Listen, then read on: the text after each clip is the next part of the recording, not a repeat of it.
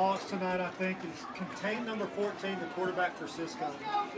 That young man, he started as a freshman 2 years ago on this field right here, and he has only proved that he is worthy of that starting QB1 title.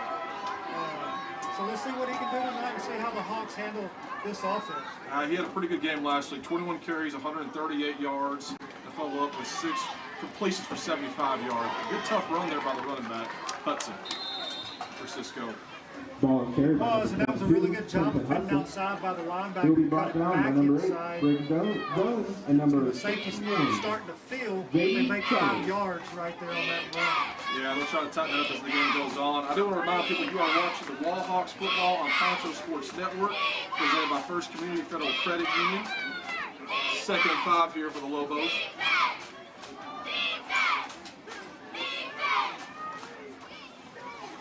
Right there you saw Wall shift, which is a good thing for a team that is always going to run an ISO, because it kind of makes the offensive coordinator a little uncomfortable. That is Hunter Long on the quarterback. Yeah, I try to imagine myself trying to remember what to do in every single play. If I was playing, you get to shift that, sure adds to it. But it sets up a 3rd and 1 here for the Lobos.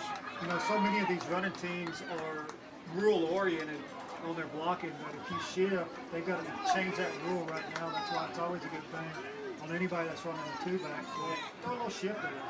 You don't see that 2-back as much these days. I had an old coach tell me, do you want to be better or different? Well, Cisco's different, and they're pretty dang good, too, to go along with it. Right there, they had a little tackle overset, it looked like. They had twins with a tight end by himself over here. One thing that you're going to see from Cisco, if you're watching tonight, is Cisco's going to do a really good job of putting a lot of formations on there. And when you put a lot of formations, you're trying to accomplish a couple things.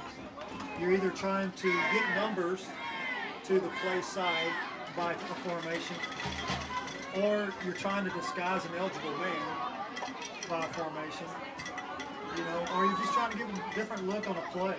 You put a lot of stress for the defense for that as well, as you said.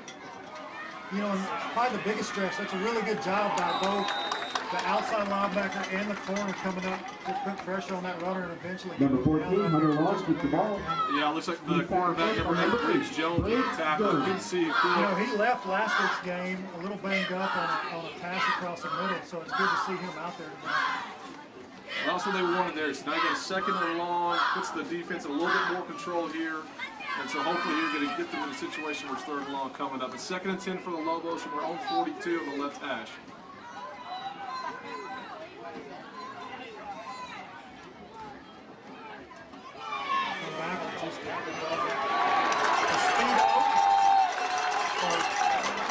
As a speed option, and Chandler Wielding, number 18, comes up. He stiffs it out and makes a really good overthrow.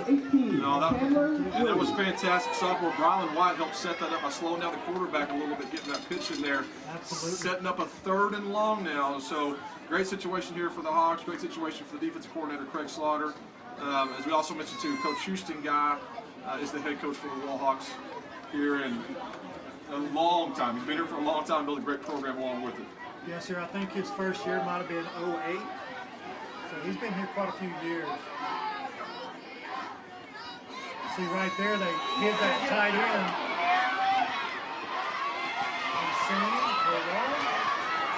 And that's a real senior on that tackle right there. He did a really good job of just holding on and gets the ball scheduled. They're talking about earlier, 3rd and 8.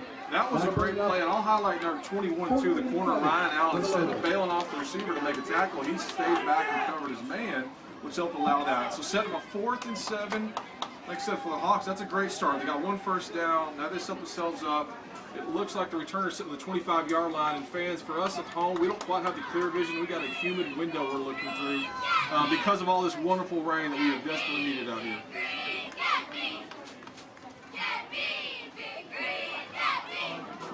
That's going to be Luke Kemp back receiving the punt. Of course, it's a short punt. He gets everybody away. And it's going to be Hawk ball with the first. Hunter Long will be down by number 51. So 37 there for the Hawks.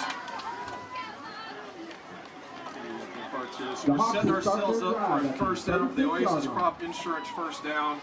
We do want to thank all of our sponsors and everyone that is here.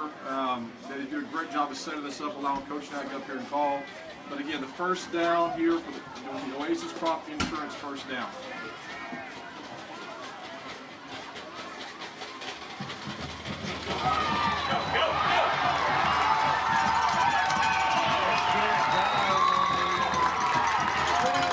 Long run for number 25, Jared Guy. He's finally brought down by number 15, doing the pocket. Yeah, you can set up any better first down there. Got the 22-yard drive going on. Is that Houston guy's son? I saw them raise. I'm assuming it is. That is Houston guy's son. He's a sophomore. Fantastic. We got a first and 10 to 39. Or another Oasis. Yeah, caught that first down. Hopefully we get to say that a lot tonight for the ball. Absolutely. It's another really good Ball run. set by number 6, Landon Beals. Right around 5 Good yards. tackle by number 3, Keep him on the schedule. Quarterback Landon Bills there with the Cordell carry. So like I said, coach, about first and 5. They are marching down the field on the Lobos 39-yard line. You know, you're going to hear us talk about staying on schedule, and all that means is in 3 downs, you want to be on 3rd down, you want to be a total 3rd and 1, 3rd and 2 with ball control, running offense like the Hawks do. The carry there for Landon. The ball is down, and they don't think the play is over. And I don't see it being bagged. picked up by number 3, Cisco Lobo ball. So Ball goes over that to the night, Lobos. a turnover for the Hawks here. Even though they had a good drive to start off, couldn't quite finish off there with a fumble there to end that series. Could not see who recovered for the Lobos again. There's any Cisco The there to Lobos watch. start their drive on the 30 Human windows. It's kind of hard to see some of the numbers. That was number 3, Hernandez, who was their leading receiver last week. This week, he also had an interception last week. This week, he picked up a fumble recovery. Yeah, I saw that. So he has been a playmaker. So that's a big thing out there for the Lobos. First and 10.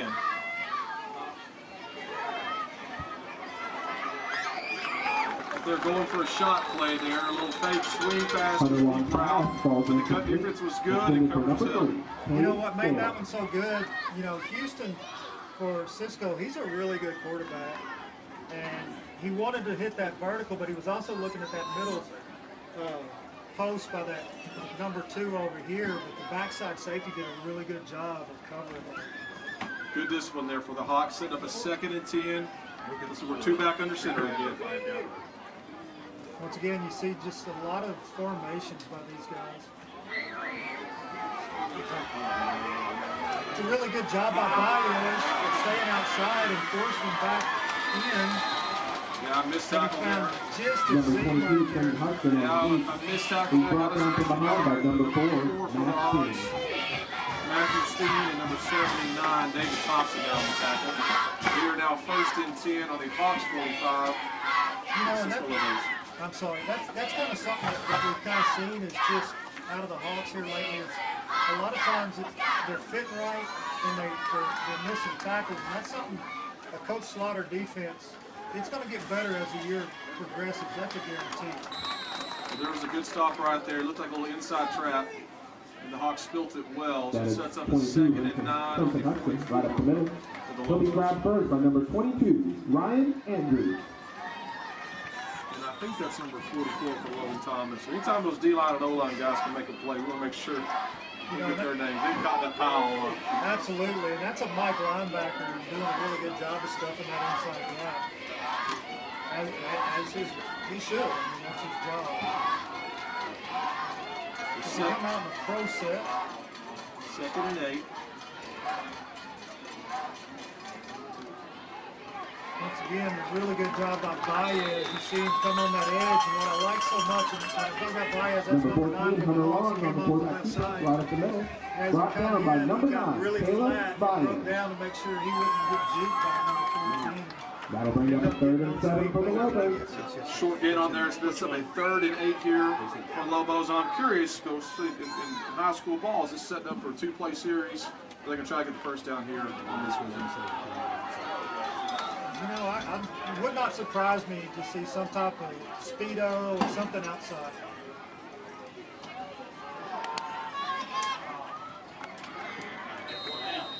So completion there. The pressure was on. I'm trying to see. It looks like number Pass is 55. complete to number 17. Dylan Gidney with the pressure there. Of course, That a is a 2-yard gain. little wide throw there for a 4th 5-yard down gain. for the Set up Lobos. 4th and 6. You know, that was just a boot, you know. You show sweep to the right, and then you roll back the other way. Kind of had an outside linebacker in no man's land, but not a great throw to keep the fullback from gaining more yards. They got away with the left tackle right there moving. That's a bad snap. Scoop it up.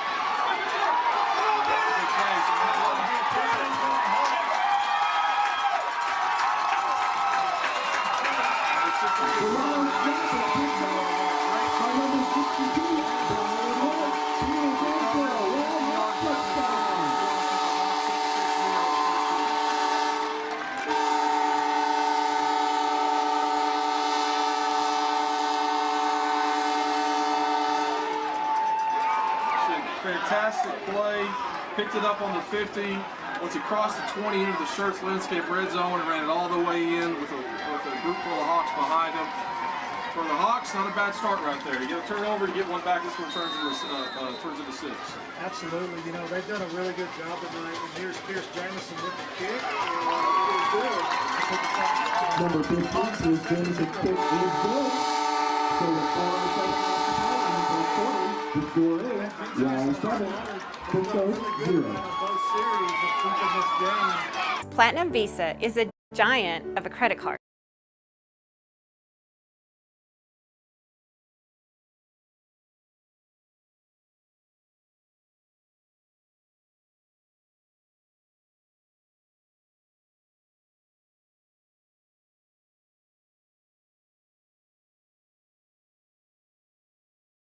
Hawks puts us up 7-0 with 4:07 left in the first quarter.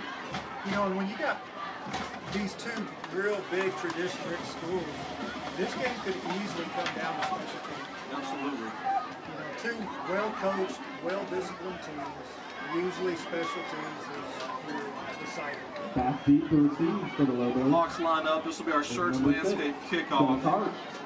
We don't have a complete roster system. We're trying to find out the players who was backfill. 14 and 8. 14 is number 15. Here's Jameson. I don't see 8 on there, but 14 to have the quarterback back to return. He's a dangerous man with the ball in his hands. We get the Shirts Landscape kickoff. Jameson puts it down at the 10-yard line. Great pursuit. Great pursuit and great blocking there by the Lobos. Gets the ball out to the 32-yard line. And again, for the Cisco appearance, we don't have a roster, and so there's number 8 there on the carry for. Number 6, Jeff Hart takes the pick. Set him up at the He's ran out of bounds by number 34, Grayson Tanner. As we start here with the first down here, I want to remind fans that Concho Sports Network is a pixel-cast media brand. Yes, all content you see from CSN, including these live broadcasts, is produced by San Angelo's own pixel-cast media. No better way to get your story out to the world than the video, and no one in San Angelo does it quite like pixel-cast. If you'd like to expand your brand, make sure you look for them online. Also, their phone number is 325-486-0300. Quarterback's going to keep it right here. Tackled by a gang of Hawks there. That's been impressive from the start. Downhill, being physical. Willie saw the one missed tackle. Out of the park, everything else has been pretty tight for the line. Once again, that's Logan Thomas with a really good angle right there to wrap up Houston. Setting up a 2nd and 8, it looks like, for the Lobos. We are on their 31-yard line. North side head north to south if you're at home wondering.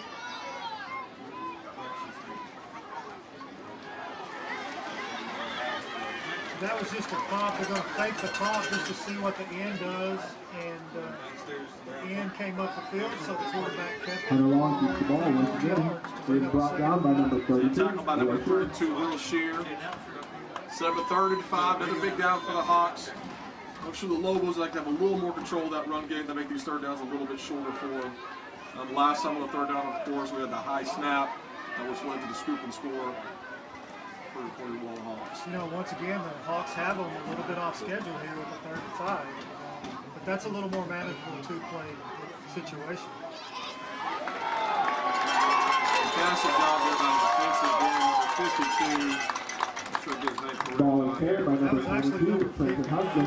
He is grabbed by number 52, Justin Allen. Great job on the technique, making the play.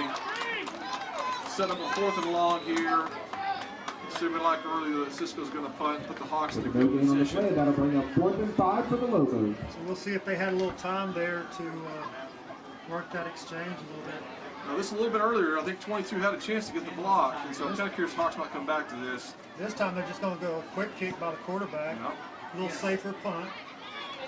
And it's going to go out. Looks like around the 34.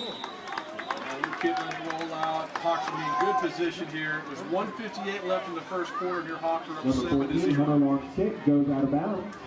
The Hawks will start. Fans, we also want to remind you of first next week's 30 yards. broadcast. We have Lakeview versus Vernon, Wall versus Jeanette, and then the Friday Night Red Zone featuring game is Mason versus Ozona. So make sure you tune in to Concho Sport Network next week for another good night Friday night football. Gotta love the purple with Ozona and Mason. We have a 1st and 10 here for the Hawks on the 32-yard line.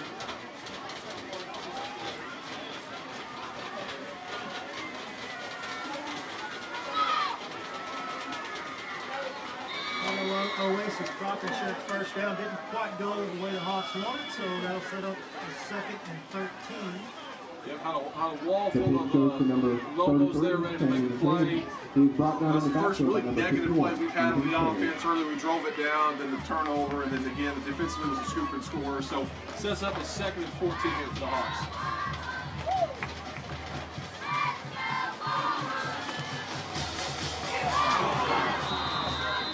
He was trying to hook up with Luke Kemp there on a slant route. Number 14, Slightly behind him, Jonathan and we falls kind incomplete. of got a Intended for break number there. 27, Luke Got Kemp. a break there. Goes in number 7. Yeah, there's a great coverage there by the outside linebacker. I believe it was number 31 there for Cisco. Read that turnaround and found the closest man to him and helped get in the way there of Luke Kemp. Sure did close that window down quick. So the 3rd and 13.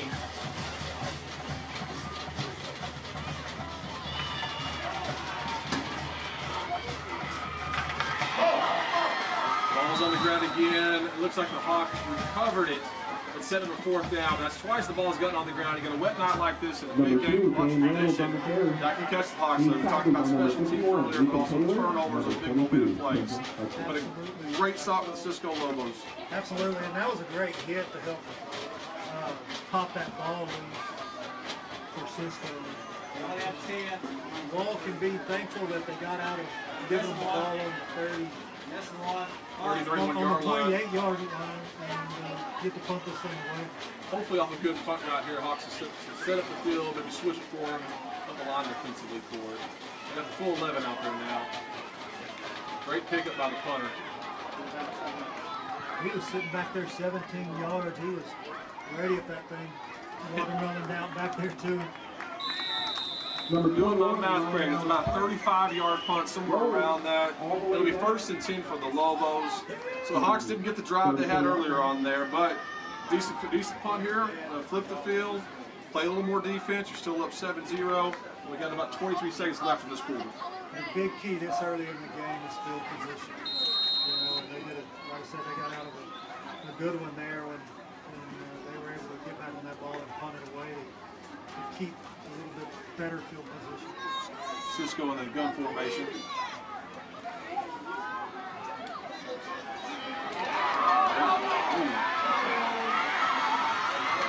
Hunter showed his athleticism there and made a great play. We realized how tough he was. Number 14, Those stacked up last week and a good run. Finally brought down by number 8, British Blue.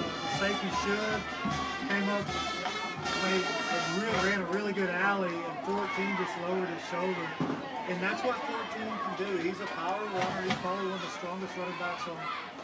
He's their quarterback, one of the strongest runners on that Cisco level too. We've got us.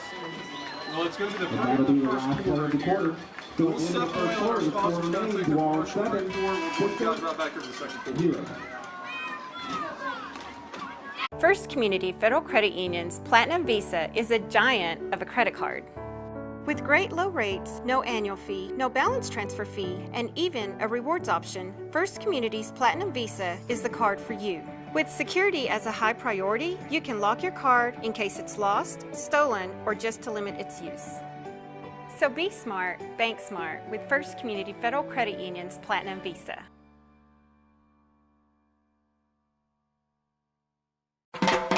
Cotton farming in the Concho Valley, that's risky business. Specializing in crop insurance and serving local family farmers for over 15 years, Oasis Crop Insurance understands those risks firsthand. That's why year in and year out, from the first seed you plant to the last boll you harvest, Oasis Crop Insurance is your risk management partner. Oasis Crop Insurance, service from paradise.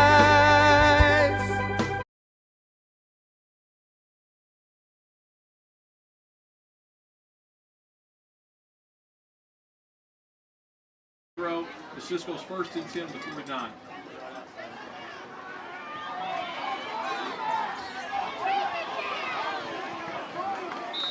Oxford wasn't a holding call there, but again, I set a flag down here next to us. Here will be pitched out of bounds by number 34, Receiver down Grayson here Tanner. called it, number 34, Grayson Tanner. He was sure fighting to get off, but I think they missed the block in the back before that, which that's going to happen in a game. Absolutely. I'm trying to teach my 8-year-old that right now. They don't call it, it didn't happen, that's how it goes. Right, you know, they're going to miss some stuff. They're human too. As we set up for the first down here, I'm also going to mention that if fans at your home and enjoying the game just need one more thing to make it perfect on Friday night, get a good meal. It costs Angelo to go as the official delivery service of Concho Sports Network. You can have a great food delivered to your door right now while you watch the game. Just hit up the local guys at angelotogo.com. Your Android or iOS apps available as well.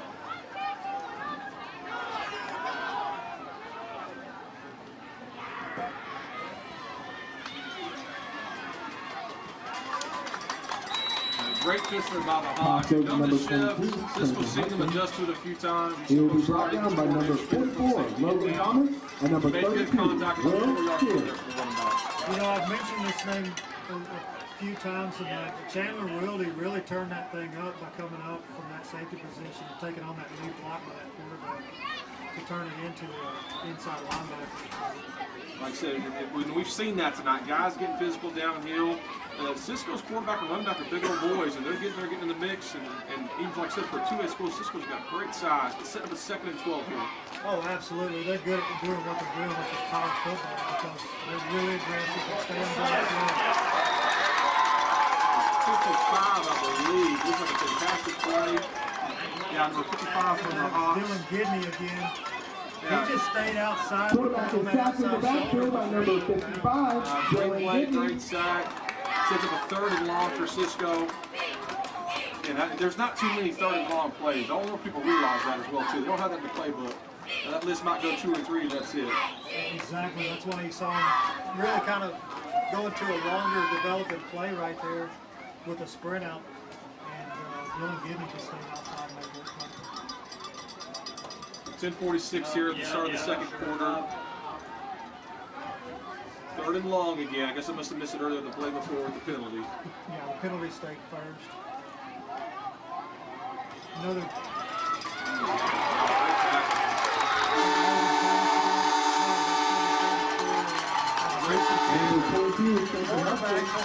They brought down by number 34, Grayson Tanner. Dylan switched shoulders and the quarterback just bit off. That'll bring up a 4th and long for the Lobos. I know us wall boys grow up big out here, but Cisco's got some size, and we're still coming on there with the. I don't think we're as big as they are, but we are making great hits and good tackles and good fits. But sets up a 4th down here. He's looking at that short punt formation again. Yep, they're going to do a little quick kick with the quarterback. Good punt. That's going to be Luke Kent. Going to try to pop it out back inside to go back outside, and Cisco rallies to it. Kick goes to number 27, Luke Kent. He'll be hit first by number 7, Jaden White. Now, it looks like they're getting about a 35-yard punt. That's a great job by Kent, especially at the high school level. Not every kid's going to go catch that ball. By catching that and running up, setting another 10 or 15 yards. It's a great play by him. What I liked is he set up the out, cut it back in to bounce back out. Trying to get that guy, the defender, up the field a little bit so we cut it in. 1st and 10 for the Hawks. That's Garrett Guy again with a 4-yard rumble right there. Ball is given to number 25, Garrett Guy. Like I said, setting up again about a He will be 2nd and 6 is tackled by what it number looks like, and in this offense, 4-yard push. Absolutely. 4 yards. You said 2 more downs to go 6. 3 yards in the cloud of dust. And now he holds true.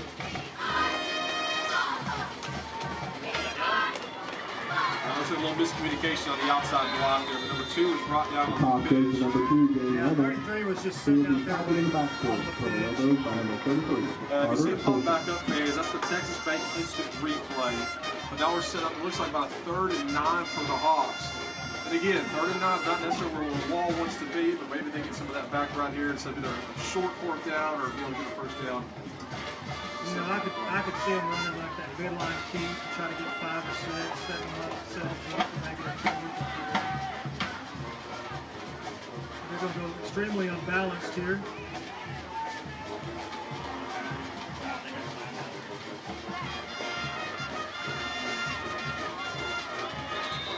Well, I couldn't quite tell if it was designed or just a different direction. It, like you said, it Number looked like 6, it's about to get Landon in line or on the something. quarterback keeper. He will be grabbed by number 31. But sets up a 4th and 6. Again, it's a ball game. 2 historic programs. 8:26 left in the 2nd quarter, and defenses are playing well. Now we're set up for another punt. You saw Wall getting on balance right there, hoping to get him to shift and create a bigger bubble. I'm talking about a bubble, that space between gaps, just for that play.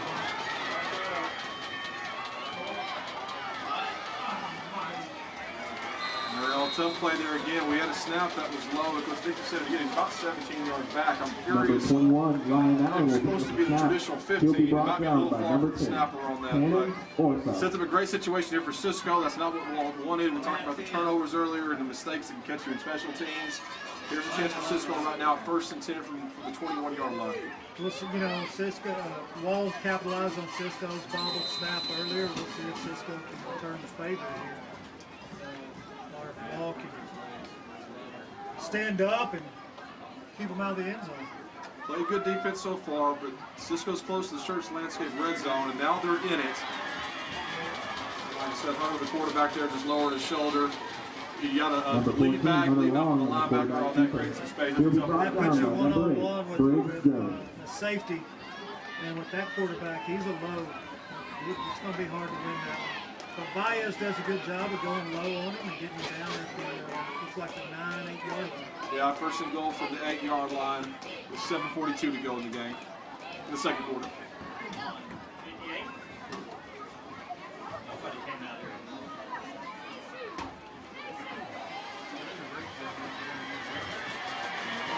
Good tough run there by the running back. Ball goes to number 22. He is in for the Cisco Loboes touchdown. On the score their own off of a bad snap punt. Yeah, it looks like a hustle there running just power right. That's a Cisco tradition. Busting people out, other bodies in there, and then the running back there, make sure I say his name correctly again. I see his last name when I found out. It's Hudson. When they're making there for a touchdown.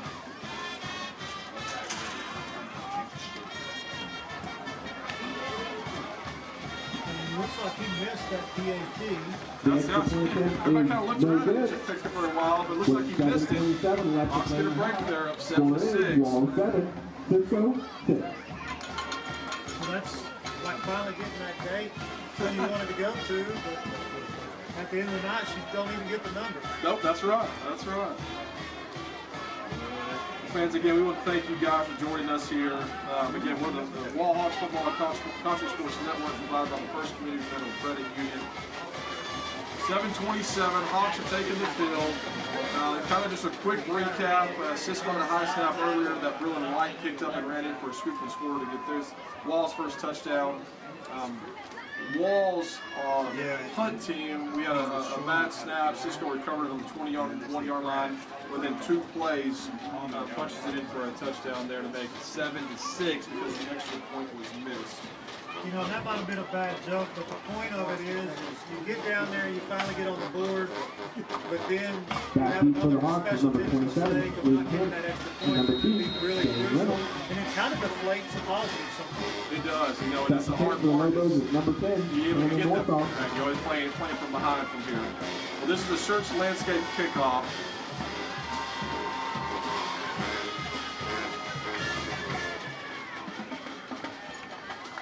They kick it out of bounds, trying for a little pooch kick, didn't get underneath it enough. set the Hawks up in good field position for the Oasis Crop Insurance first down as we get started here. Again, fans, thank you guys for coming and watching. We mentioned again, Pixelcast Media is the one who's sponsoring us tonight and the broadcast that we do. If you need some help with broadcast or live streaming or want to get your story out to the world, get in contact with Pixelcast Media.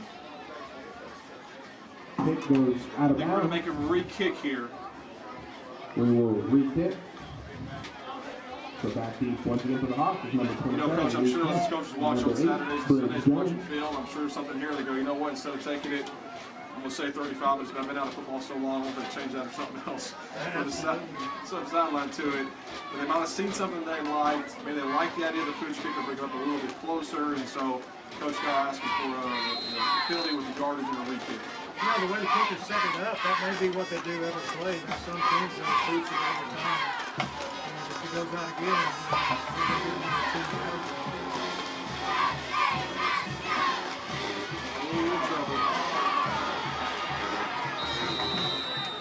it looks like the Hawks got this. I can't see the excitement from the Cisco sideline, but that almost turned into another turnover, which would have been well, not the third for the Hawks, by the Hawks. one's been already turned over, another one's been on the 45 ground. That could have been a third one added to it. So great job recovering and picking that up. But now the Hawks do have better field position. First and 10 from the 45-yard line as we start the Oasis Crop Insurance first down.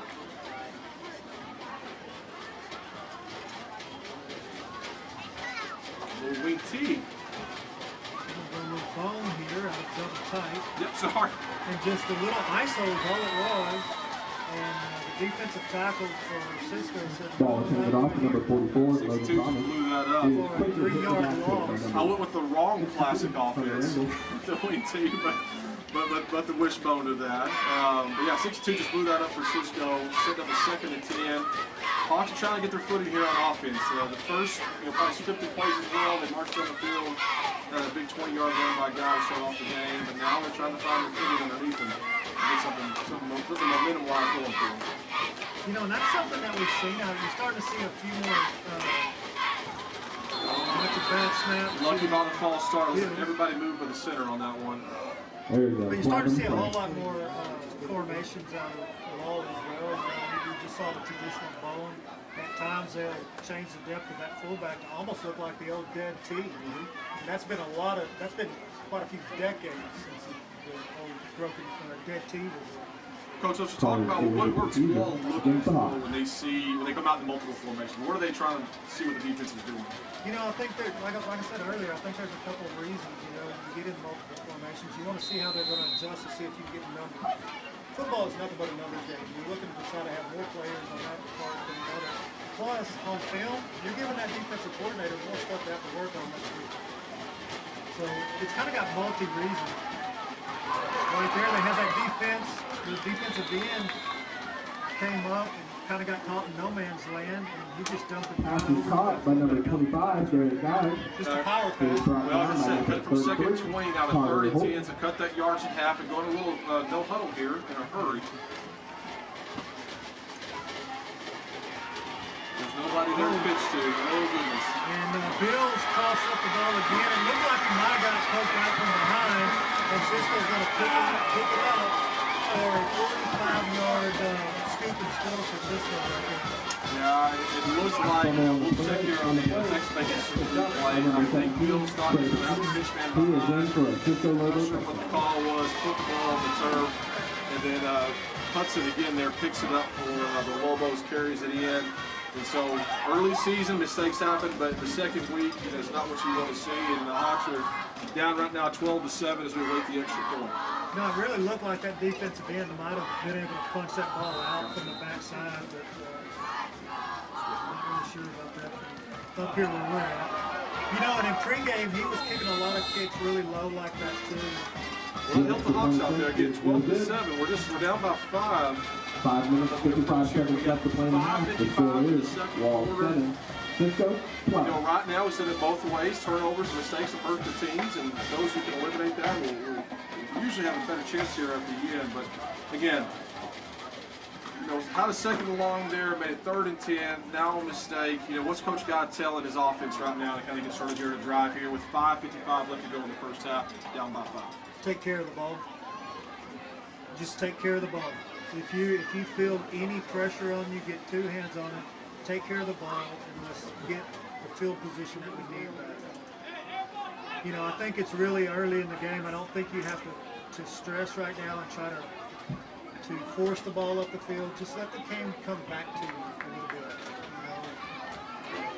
Right now, you see Cisco really taking control in the middle Back of the deep field. once again for the Hawks is number 8, Brady Not Jones, necessarily and switch number or 27, options, Lee but Smith. let's go off tackle. Second for the Lobos is number 10, Shannon Sports. Smashes out of the ball.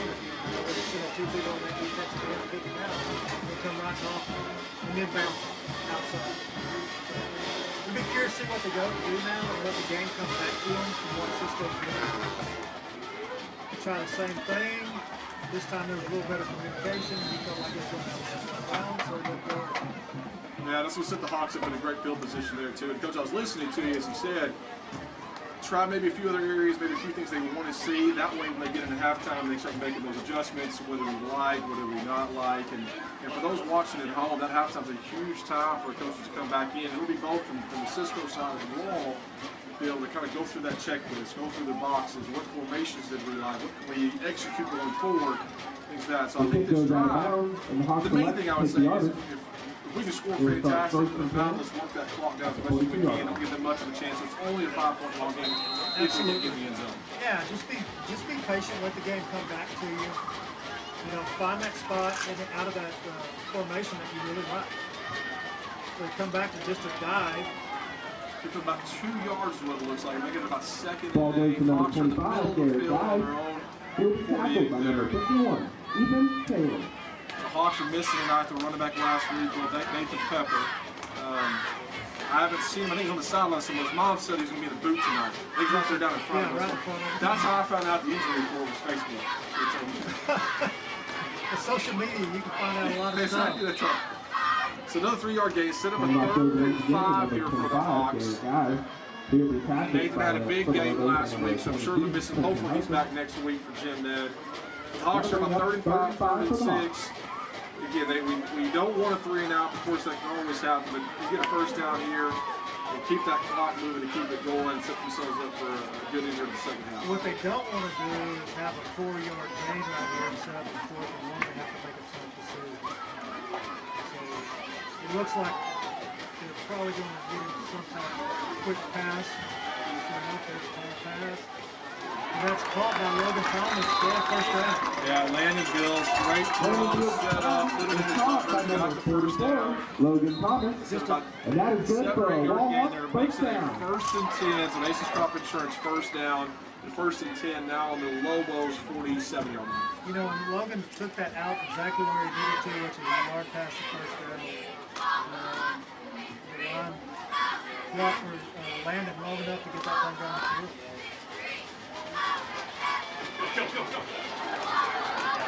That's a massive block by number 3, 33.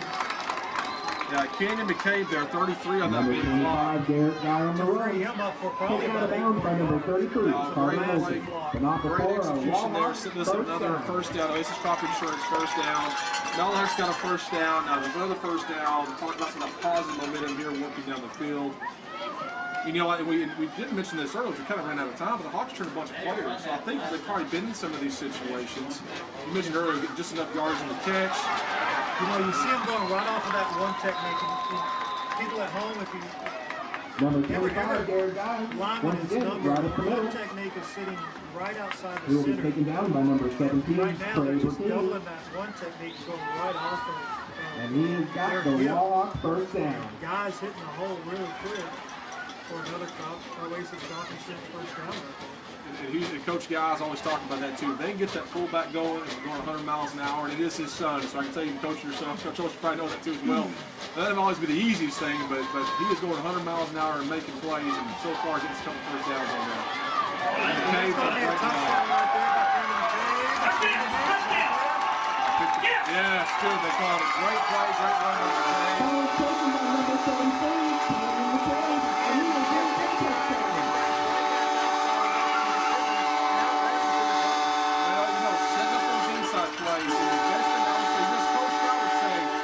okay? 2 plays before, he gave us a great block to get us 8 yards, and we used to say before, if you want the rock, you got to block.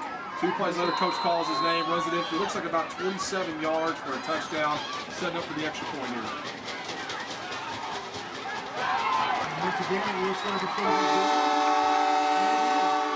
be 14-12, 3:46 to go. Big series right there for the Hawks. They've had some negative momentum. We looks like we got a flag down on the field. Here on the close to the Wall Hawk sideline. Outside, so let's see what we got. Outside, ball to be is right. So the extra point is good. With 3:46. Great way to respond, and it's always great adjustments for the coaches and the kids. But a lot of those things are happening, like you said, getting off the ball in a hurry, making blocks down the field, and your name was called, ended up making a great play on the end, but that's a team touchdown as well. Just how these kids block and get after. It's a great job by the O-line and everyone else as well. You know, what they did a really good job at Wall can be really excited about that drive right there. So the simple fact that it was a sustained drive, it ate us a lot of clock, and what I liked about it a lot was they found that hole that they were looking for, who they wanted to attack. They stayed with it until they changed, and that's when they went outside. Well, you know, I'm not trying to too small. You got a 3rd and long, you got to get a pass completion. You know, some of that confidence things, you know, being able to come right back and get, you know, multiple first downs back to back. I think that confidence building is going to be, you know, just keep the rest of this out and hopefully the rest of the game. But as we set up here for the Shirts Landscape kickoff, again, Hawks are 14-12. Kickoff for the Hawks is number 15. Here's Jameson. Here's Jameson has this ball teed up, ready to kick, and it's off. Once again, down to the 10, he's been pretty consistent right out of 9. Get there! Get back into 35. There you go. You know, he screamed down the field. Kick is taken by number 6. Probably having a hard time. He'll be brought down by number 34. There is a flag on the play. Yeah, like I said, we have this starting offensive defensive depth for the Hawks. We don't have a complete roster. I'm sure some parents will let us know that and get it to us for next week, especially we learn the kids' names. But I love the hustle by 35. Yes, got down there, broke down, made the miss, but turned around and came back and helped make the tackle for it. So we have a penalty on the play, though. Holding on the Lobos. Against the Lobos. We'll make sure we'll print that out next week for us to help us out. Again, parents, we're just two old football coaches trying to figure this out. We enjoy this on a Friday night, so please don't be mad at us if we don't say your child's name or mispronounce. I'll tell you about what I tell you I can't spell or say anything correctly anymore. So you know, my son's on this team, so a lot of that's why I know quite a few of them that may not be on this. I kind of lucked out on that one. 1st and 10 here from the Lobos from their own 8-yard line. Great field position for the Wall Hawks. This is that quarterback just keeping it for himself, just right off. Ball is kept by number 14, Hunter Long. Man, that's good for 9 yards, almost. He will be tackled by number 52. We've said it, you can see it at home. Those are some tough runs by the quarterback. They're giving a 1st down here, so 1st down for the Lobos with 3:14 to go. I believe both teams still have all 3 of their timeouts, what it says on the board. That quarterback, I'm telling you, he runs really low to the ground and really tough. He's not easy to bring in. I think I've been calling Houston all night. Houston actually had the run. He's 22. That's long as a quarterback. My apologies. Ball is carried by number 22, Trenton Hudson. But both those kids are big boys to bring down. But again, great backside pursuit there for the Wall Hawks. They couldn't quite see the number, but that's the one thing we have seen: hustle and pursuit. Talking to some kids that I wouldn't want to tackle out there, and instead of a 2nd and 7 here for Cisco. Quarterback's going to keep it right off the end, and he's going to be forced out of bounds. Look like by Allen. Yeah, Ryan Allen. That's a great play by Allen. If he doesn't get him out of bounds there, there's nobody else behind. He is knocked out of bounds by number 21. You know, kind of talking about we want it offensively for the Hawks. Defensively for here with 2:30 to go, we just don't want them to score. Right. At this point, you try to contain number 14 and number 22, make them run inside where you got more guys. You don't want those guys out in space because they both run really, really hard. And when you run as hard as they do, you always have a chance to break a tackle. You know, we would tell kids, of course, they start an 8-yard line, there'd be a 92-yard drive. I say, guys, they can go 91, they just can't go 92. We got to get into halftime up 14-12. Make sure you're doing your job. Absolutely. They got a guy streaking down the middle. And number 17. That's a great shot by Grayson Tanner.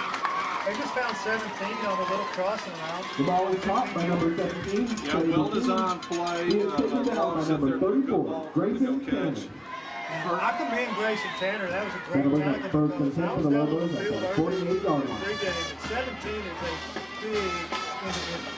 Of course, Cisco and Wall are not in the same district. Wall is 3A, Cisco is 2A. It's going to be a tough challenge for anybody facing the Lobos, the same as it is for the Hawks. Again, good play there, forcing the quarterback out. Only got 3 yards on that play. Once again, that's Grayson Number Tanner. 14, Not Hunter just Long on the getting run. driven, but forcing him towards the sideline right there. You know, both of that play and the one before, just kind of that football, you know, to come up, make a tackle there, even though it wasn't your man on the pass, forcing the quarterback out of bounds on that, and the coaches got to love that. Sets up second and 7 here with 2:05 to go. You know, when you get them out in space right there and you got a lead blocker, you're just thinking, I got to take the lead blocker's outside shoulder because all my friends are inside. And that's Dylan Giddy going to bring down Long for a loss of 1 on that one. Ball is set by number 14, He line Hunter on the Long. inside there. I'm trying to make sure I'm calling some names when I see him. 79, David Thompson, and I believe 62. Brought down from behind by They're number kind of blowing the 55, quarterback, Dylan making the Giddy. bounce. They give you hustling down the line and go make a play. 3rd and 8 for the Lobos with 1:43 to go. We'll see if that took them out of their rhythm a little bit. They kind of got in the rhythm too. It's going to be a quarterback run. We got a flag on the play. It's like number 32 on the tackle. Will Shear. Ball set by number 14, Hunter It's going to Long. be, it's going to be holding. So either a 4th and 5 or a 3rd and, I'm going to guess about, I don't know, 18 or something like that out there. Yes, sir. So if that's the case, though, and I'm sure they're going to take the penalty, you know, do the Hawks want to take any of their timeouts here, make it 3rd and long, be 3rd and 18, or do they want to just kind of get into halftime, or they want to make one more play before they make that decision? I think this is going to be a hold, so it's going to stay 3rd down. I think if you Call can it stop holding them here, you against do Lobos. stop the clock because they're going to have to punt it anyway. But obviously, the clock gets going now. Yeah, so fans at home, on an offensive penalty, that clock will start. And so right now it's Coach Guy's decision to call a timeout or not. We're going to hold that. Cisco, most likely, because of the situation they're in, they're going to let this clock run down. They got 10 more seconds on the play clock. Absolutely. They're going to try to take every bit of it they can. And they do. They snap the ball. They're taking the timeout there. They decided to use as much time as they could. They're going to force Wall to take a timeout after this 3rd Timeout down on the play. field, They don't make called by the Lobos. I was looking here to make sure if I had a timeout sponsor or not. And I don't see anything on there for it. And so again, if somebody is, I'll make sure I look for that next time. But again, we want to thank everybody coming out tonight to the Wall Hawks football on Concho Sports Network. Again, if you're following along with us, you can watch this through the Concho Sports Network on social media, Facebook, Twitter, Instagram. Follow along, get more updated information. As always, there's other games going on. Next week we have Lakeview and Vernon, Waller and Jim Ned, and the feature game of Mason versus Ozona. And so as we approach here with 1:05 left, it'll be the 4th down. Well, they call the timeout, so still 3rd and 18 for the Lobos. Hawks are up 14-12 with 1:05 to go. I mentioned earlier, but I'll say it gives me kind of weight here. San Angelo to go. If you are hungry and looking for something, support local. Support San Angelo to go. You have your Android and your iOS, but it's iPhone apps. Get something to eat, enjoy the game. We're back in West Texas. It's the fall. We have rainy weather. This is just a great time of the year. But the Lobos have a 3rd and it says 17 here on the 41-yard line.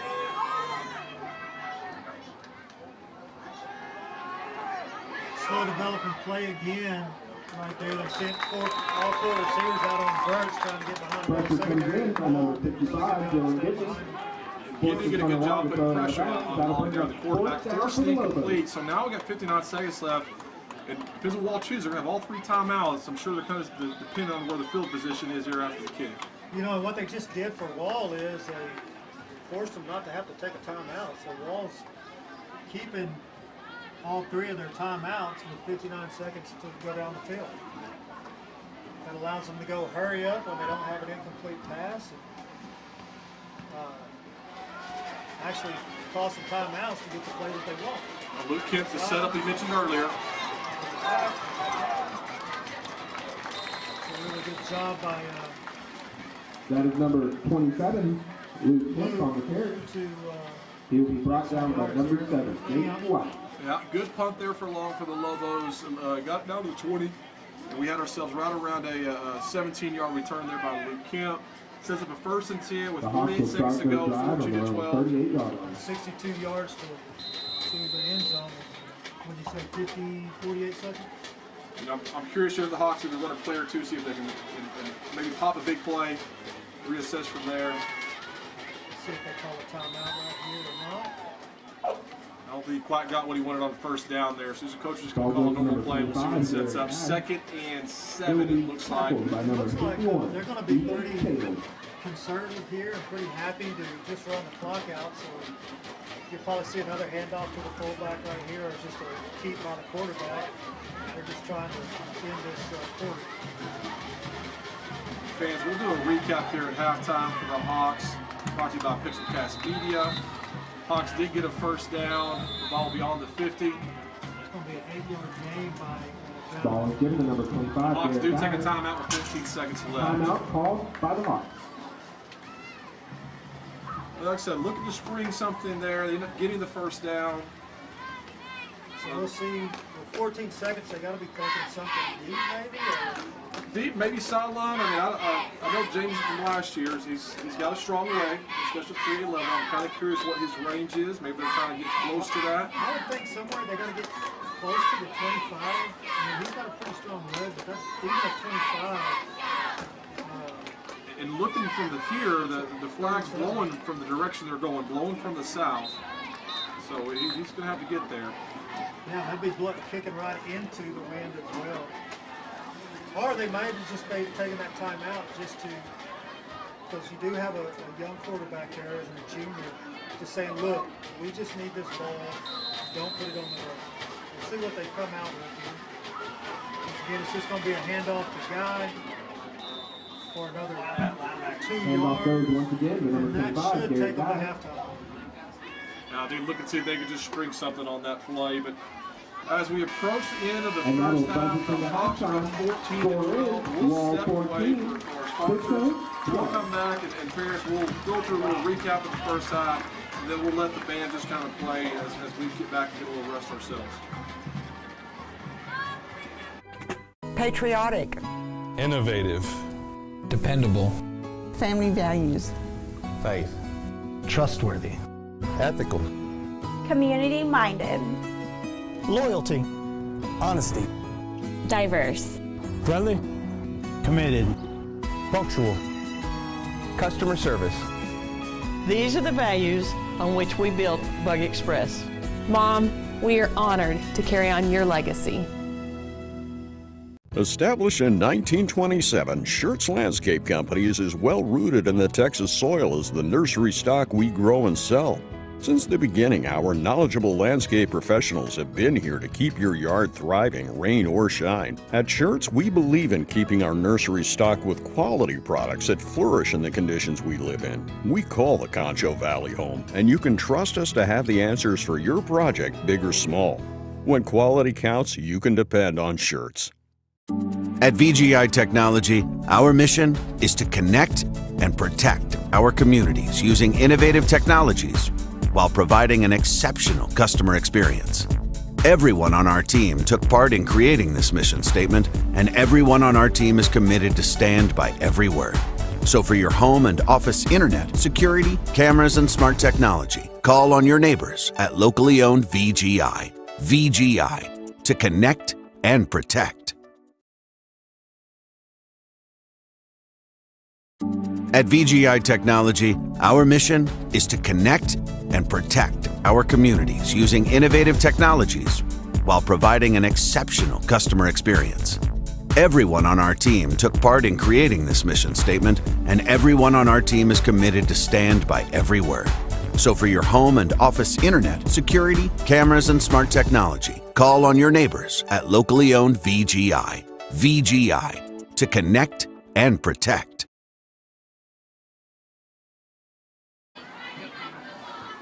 We want to welcome everyone back tonight to our broadcast. The Wall Hawks Football and Concho Sports Network, presented by First Community Federal Credit Union. As we start here at halftime, This is our Pixelcast Media halftime show. Just a recap of where we are right now with the Hawks. Hawks are up 14-12. We've had some turnovers. We've had some big plays. Coach Horser, what's your thoughts on just the first half of the game tonight? I think both teams have done a really good job of staying on schedule for the most part and really letting the game come to them. And what I mean by that is, we've seen a big mix of formations by both teams, trying to find out what formation will give them the best option to get numbers to where they're trying to go, or at least, like I said with Wall, get those guys in a one-tech so they can expose a bigger bubble on the backside.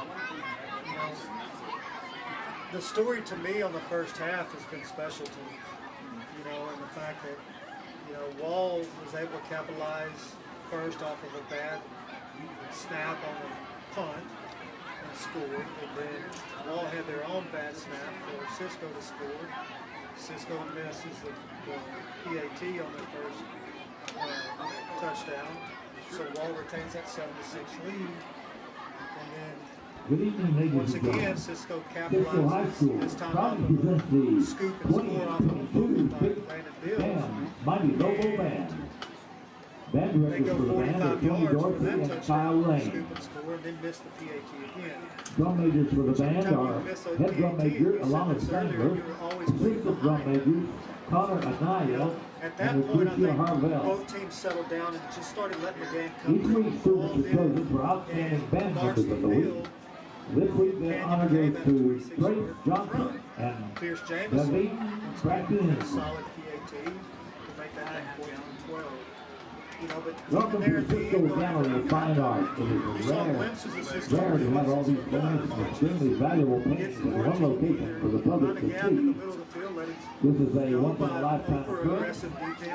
Because of the high security risk, we have taken the greatest precautions to ensure these paintings are safe for any bad guy. Defense over-pursued the toss, and he just slipped backside for, I think it was 9 yards, until Caleb Baez brought him down. And then, so they were doing what Wall was doing, was we're going to mix enough inside runs to keep you honest, and then mix some outside runs on your adjust. Well, we've had a great first half. Yes, there's been some mistakes in there, but also some big plays. And because you mentioned, they're adjusting, they're figuring each other out. We'll come back at the end here and maybe talk about some halftime adjustments that gets us into the second half that we would do as coaches, but we're no longer coaching football, so we don't really have much to put besides we got the best job in we do, yeah. this whole game. Yeah. But again, what a great night, 14-12, two historic programs. We're going to go around just the area, just to kind of talk about scores. Coach has his Texas football app up, I have my Texas football app up, so we might overlap a little bit here. I think every coach in Texas has their football app up that aren't coaching anymore. Absolutely. So Erie County right now is up on Spurs 61-36. Clyde is up on Eastland 12-0. TLCA is losing 7-6 to Odessa Compass. So a tight game there. Cristobal Cougars are up 16-3 over the Great Creek Eagles. San Jose Central is up 28-20 now, just up as I'm talking with El Paso Montwood. What a close game last week they had over with Coach Crane. Sterling City is up 14-6, their first year back at 11-man, I believe is the first year to it. Sweetwater's up 13-6 over the Lakeview Chiefs. Abilene Cooper is tied with Abilene Eagles, 7-7 for a crosstown rivalry. Stanton and Merkel are 0-0. Crossbone and Mariana 6-6. Coleman is up 24-0 over Ballinger. Banks is up 6-0 over Comanche. Junction and San Salvador are also tied. And then Mason is up 7-0 over Braden. Did I miss anybody, Coach? Did you get Jim Ned in there? I did not get Jim Ned in there. Jim Ned right now is trailing Holiday 21-0. Oh, wow. And for you guys that might be Central followers, that district, Odessa Permian, is right now 9-0-0 with Hewitt Midway.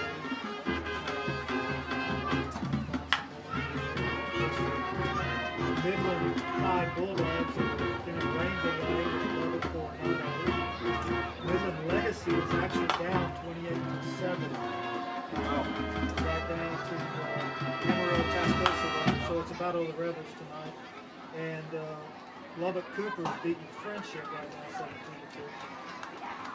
17-2. Well, as we wrap up here the first half, Coach, any final thoughts off that first half? You know, one thing I failed to mention that really makes this game so fun to watch, and it's a testament to both these teams, is, you know, we can talk X's and O's and how teams are setting up this and setting up that. But when that play goes, what makes this game so good right now is how physical both these teams are playing. Long and 22, Houston and Long for Cisco, they are hard runners, and Wall is matching them blow for blow. You know, so that's what makes this game so much fun. That's what makes those programs winners. And that's the biggest takeaway for me tonight so far in that first half. No, absolutely. We talked about the physicality of that, and we'll come back and talk a little bit about the adjustments maybe we might see the second half or might walk into. But again, I want to thank all the sponsors that are helping us out tonight. First Community Federal Credit Union, Church Landscape, Oasis Crop Insurance, Texas Bank, along with Pixelcast, and also Angelo to go. And so we'll step away, allow y'all to listen to the band, and we'll jump here a few minutes to go for the second half.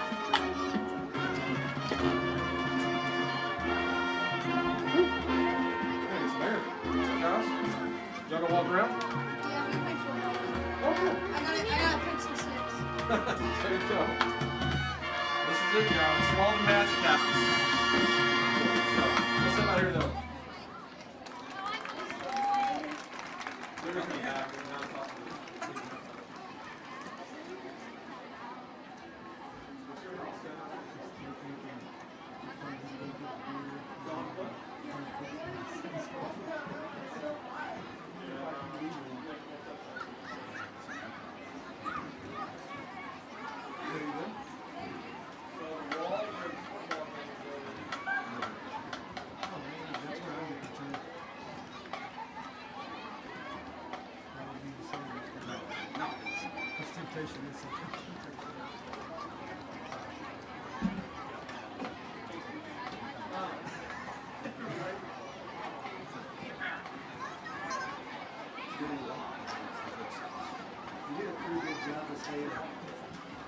Even kill earlier, I don't know if I would have.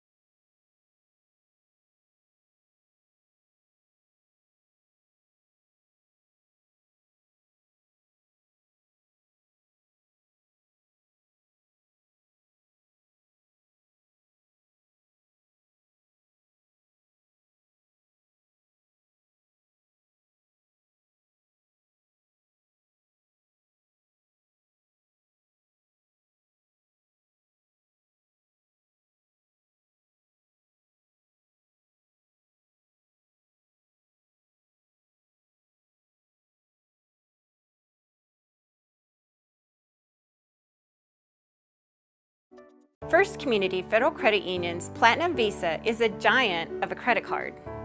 With great low rates, no annual fee, no balance transfer fee, and even a rewards option, First Community's Platinum Visa is the card for you.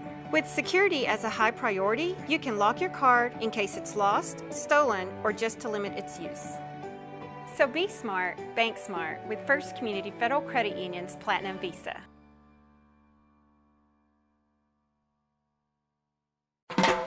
Cotton farming in the Concho Valley, that's risky business. Specializing in crop insurance and serving local family farmers for over 15 years, Oasis Crop Insurance understands those risks firsthand. That's why year in and year out, from the first seed you plant to the last boll you harvest, Oasis Crop Insurance is your risk management partner. Oasis Crop Insurance, service from paradise. Patriotic. Innovative. Dependable. Family values. Faith. Trustworthy. Ethical. Community-minded. Loyalty. Honesty. Diverse. Friendly. Committed.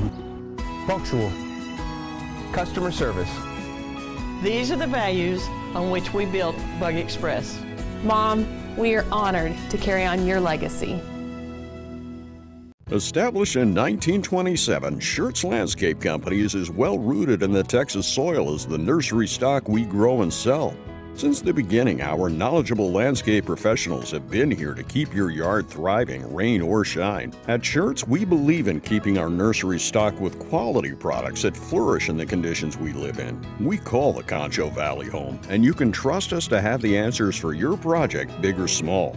When quality counts, you can depend on Schertz. At VGI Technology, our mission is to connect and protect our communities using innovative technologies while providing an exceptional customer experience. Everyone on our team took part in creating this mission statement, and everyone on our team is committed to stand by every word. So for your home and office internet, security, cameras, and smart technology, call on your neighbors at locally owned VGI. VGI, to connect.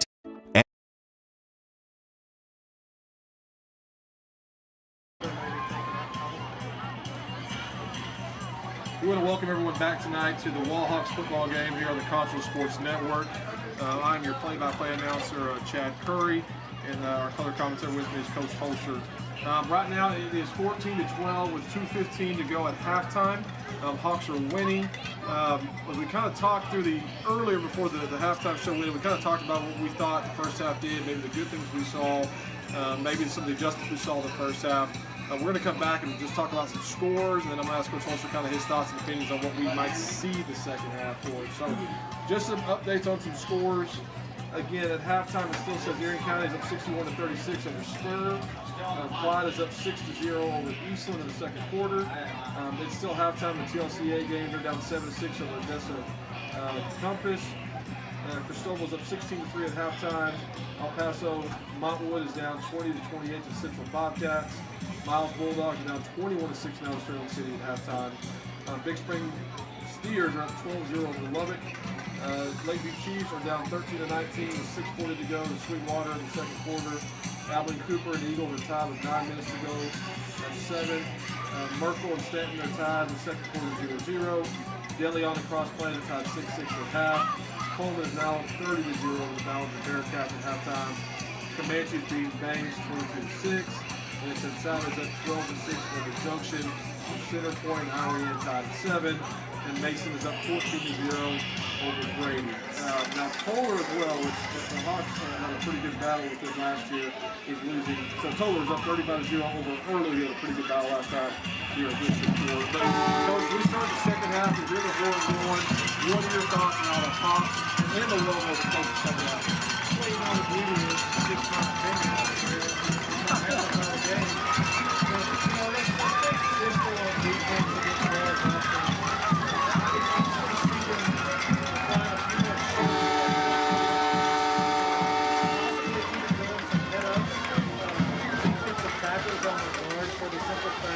That it's harder to run the midline with a guy over the top of him because on the midline you're leading the defensive tackle for one.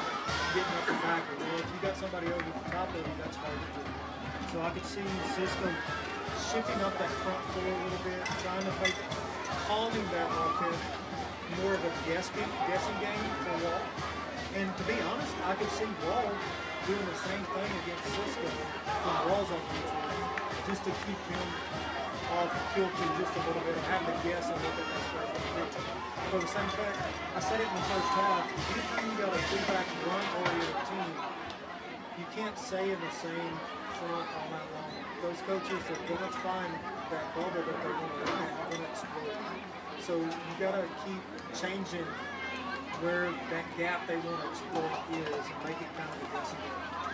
Houston and Long both had a good success first half running the ball.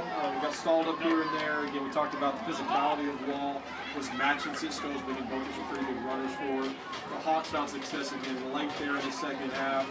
Puts us in a situation where we are now 14-12. Set to start us off for the second half is number 10, Another just great second half. We've got two big teams here. Turnovers and mistakes is probably what haunted both teams the first half. That's what I think they're both going to try to make sure they get fixed here. Absolutely, that's the difference right there. And Wall's already adjusted about bringing up their kickoff return team to help play this pooch a little bit better so they don't have the ball on the ground. We're going to fair catch that one and get the ball around the 26. Yeah, and I'm sure Coach, as he comes to the sideline there, number 4 for the Hawks. Called by number 4. Matthew Steen. Matthew Steen, I'm sure Coach is going to talk to him. If the ball's that low, go ahead and catch that ball and get some yards for us on that. And so they'll adjust that too as they go. We've seen the first adjustment by the kickoff return for the Hawks. This sets up a 1st and 10 on the 21-yard line. Hawks are going from the screen left to right. In the green, the Lobos are in the white. The Hawks are going into the wind. It's the wind coming out of the south on a beautiful Friday night for football.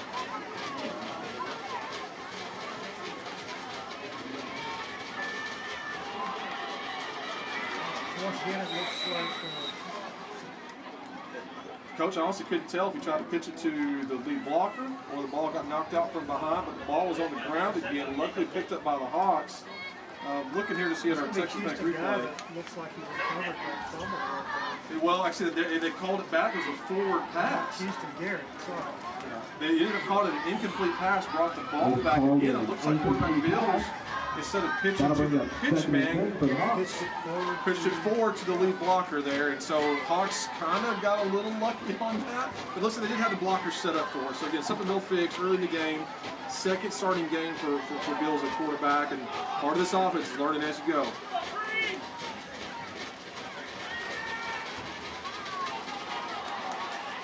That's going to be a really good catch right there. Even if you fell out of bounds, that was a really good job of the back shoulder. It was good coverage too on the Lobos, Absolutely. but great play by number 15 for the Hawks. Pierce Jamison going up trying to catch the ball, the back shoulder throw. Setting up a 3rd and 10 for Wall. But I like the gamble. We hadn't seen necessarily a one-on-one deep shot there, and they made the completion just a little bit out of bounds for it. So now we're going to go to the double set gun.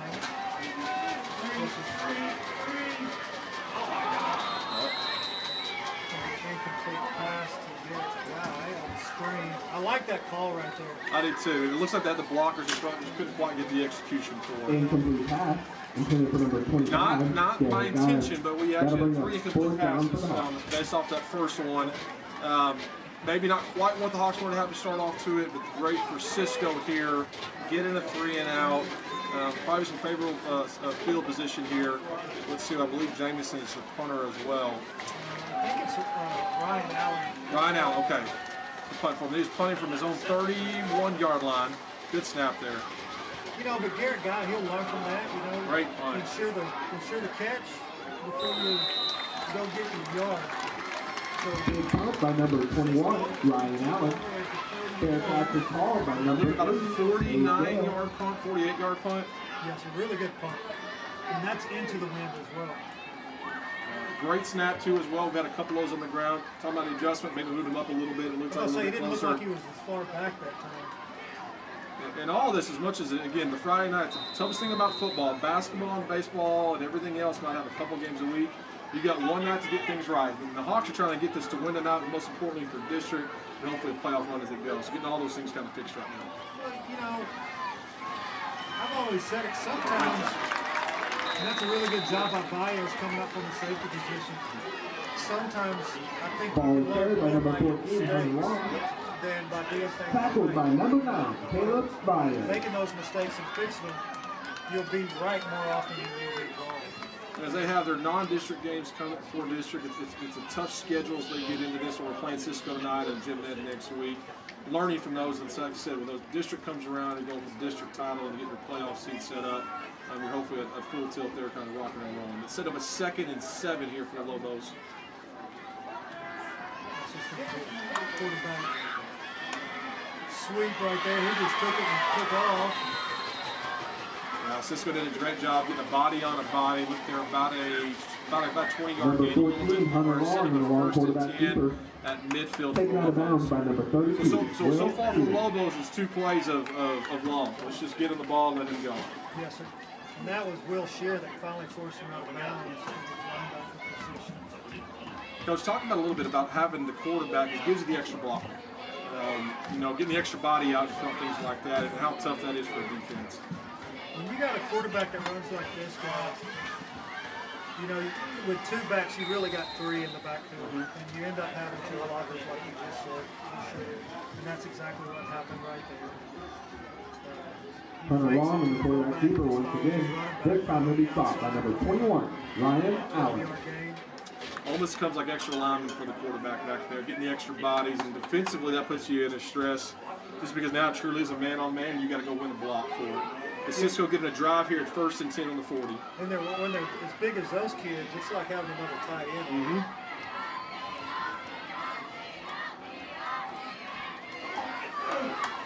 Dive right there, and it looks like that is going to be... Ball goes this time to number 22, Quentin Hudson. Yeah, I thought it was 52 Justin Allen there. It could have been 62 Braylon White. But after a couple of first down series, it looks like there's a flag on the play as well. Well, let's see what the call is.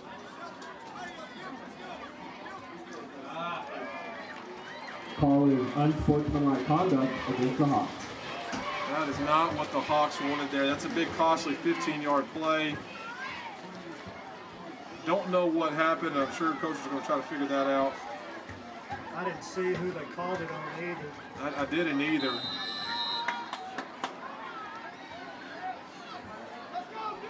Either way, that's going to bring up another Oasis crop insurance first down for Cisco. It is. That's those mistakes that we talked about the first half. Now you got one of the penalty ball game here. But now, that's a costly bobble by a quarterback, and it looks like Dylan Gidney. Is that Dylan Gidney? 55 there. Yes, Dylan Gidney again making him pay for it. Fumble on the play recovered by number 14. Yeah, so a little help there for the Hawks there. So again, kind of wrapping that up, you get some successful drives by the Lobos. Hawks get a 2nd and 9, but the penalty gives them 15 yards. But now again, Hawks are in a good position, 2nd and 10 after the ball would snap. And if the Hawks can, they want them to play behind the chains or as long as they can for those first downs. Absolutely. If they can stop them right here and get them behind schedule a little bit, that'll be a big deal. We're going to tight end open right here. Great play. Trying to see who comes up off the pile there, but the first lead lineman there took on the initial block by the running back, kind of clogged the hole. Number 14, Hunter Long. Hunter Long. By number 22. Well, I heard Hunter Long in the run and get me on the tackles. That's what it looks like, Coach. And again, like I said, great play. Sets up a 3rd and 9 here. And the Lobos, again, we know this is going to be 2 down distance. From the extra point, we haven't seen the field goal ability yet. And so they know they're going to go for 2 downs here to try to get a first down. But 3rd and 9 here set up for the Hawk defense. Shift right there, and they're just going to throw it right out to the flat.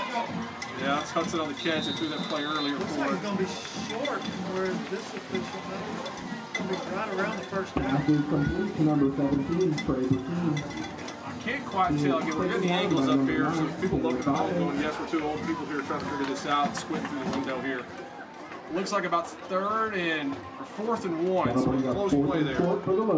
Because I call my cell phone here on it, not calling you just so you know. No, you're good. I am old. But I was watching the official from the inside coming out, and he was running down the 15-yard line like he had been in the yard. Big stop here, might get a quarterback sneak. He leaned over the edge and got it. He just grabs it. everybody's collapsing down. Number 14, Hunter Long on the quarterback Hawks sneak. are right outside on that wedge block. So far for the half here again, Hawks are 14-12 with 8:12 to go in the third. Hawks offensively went 3 and out, punted the ball, had a great punt with the ball. Pretty much it's the long show with a little bit of Hudson working down the field, plus a 15-yard penalty on the Hawks. Sets up a first and 10 from the 11-yard line, it looks like. So this is going to be in the Shirts landscape red zone for Cisco.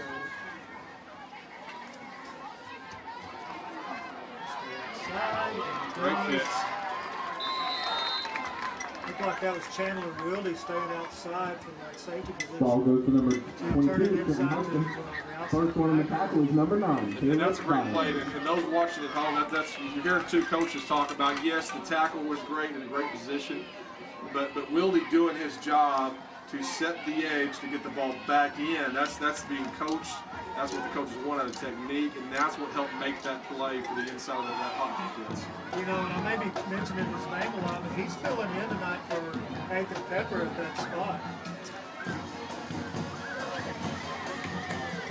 Valdez there with a great hit and finish off the quarterback on there. And we probably haven't highlighted that enough. Nathan Pepper did a great job offensively last week, was also a fantastic defensive player, not playing tonight. And that's a key player for the Hawks. Hopefully he's back next week. We now have a 3rd and 4, it looks like, from the 5-yard line. You know, but that goes back to what we were talking about with pre-district games, some of these young guys getting opportunities to make those mistakes or to solidify, hey, I can do this. That only adds depth when you get into district and you're playing people like Cisco. That's going to expose some things.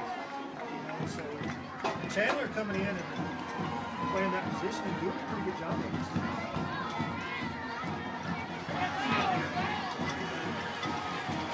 He got the touchdown. I thought we might have known on the 1-yard line there. Hudson gets punches in the end, a little power left, all the blue blocks, and able to score there. And so now Cisco's up 18-14 with 6:08 to go in the third quarter. As we approach here, with up by 4, I'm assuming they're going to go for 2 here. The extra point wouldn't do much. Inside zone, he found a hole. Going for 2. Hawks did not jump on the ice call, we would call it. They sprint out. Back of the end zone, too long. Good stop for the Hawks. Once again, they're chasing another point. 18-14 with 6:08 to go. The extra point attempt is no good. Now down by 4, but as the half started, Hawks went 3 and out. Lobos drove it about 70 yards down the field with the help of a little penalty as well, but punched it in. So now it's going to be time for the Hawks to kind of have a reset, coming back to the second half. And so, as we kind of talked about that second half adjustment, that first drive didn't go the way they wanted. Is it going back to a script? Is it going to which one worked well? Coach Wilson, what do you think they're coming out here this next series? Well, I think what they used that first series for was to see how that front was going. You know, now they'll come off of script and start exploiting what they saw off that front line. I had a brief moment of calling offense. Long story to it. I first got the head coaching position. I didn't have an offensive coordinator, so I had to call both sides of the ball. So I can only yell at myself if something went wrong on either side of it to it. But there's many times I'd have a script of 10 plays. After about the third one, I would just go off what my gut was for what I saw, and that script went to the side. So that's the reason I didn't call offense very much after that. Stuck with the defense. I understand that. You know, I called offense in a wing 2 system for a lot of years with Brady under Glenn Jones.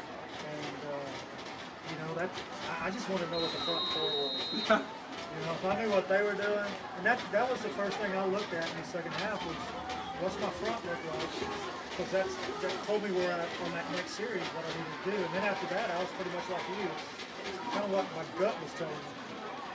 Well, they didn't do the pooch this time. It's kind of split it down the middle. Great block by, I want to say that might be Byers, number 8. That's going to be Briggs Jones. By number 27. Luke Kemp Good job for the Lobos by number 52. Well, you know, talking about adjustments, Cisco there after the Shirts Landscape kickoff saw the Pooch kit lined up, but the middle of the field was open. They squibbed it down there, and Hawks got the ball, got a good block, got them out of the hole they would have been into, but they're still starting from their own 16-yard line.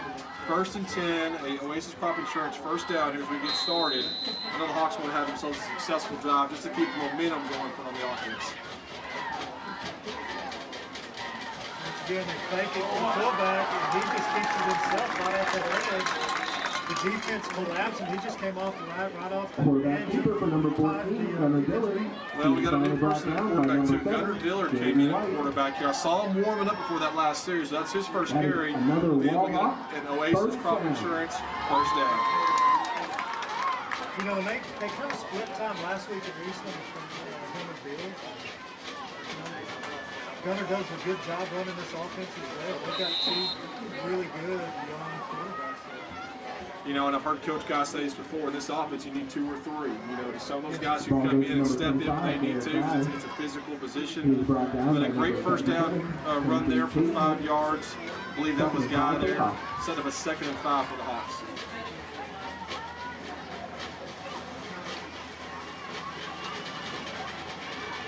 Guy again, this time he's going to pick up 4.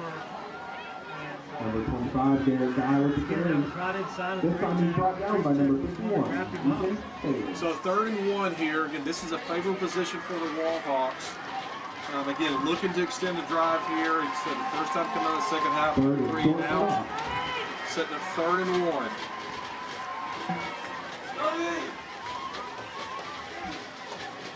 Going off the 1-2. Get the first down.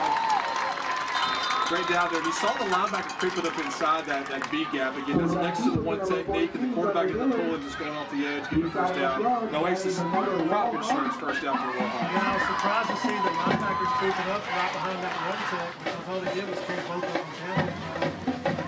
They do the same thing again. We're going to keep exploiting that 1 tech. Cisco stopped it.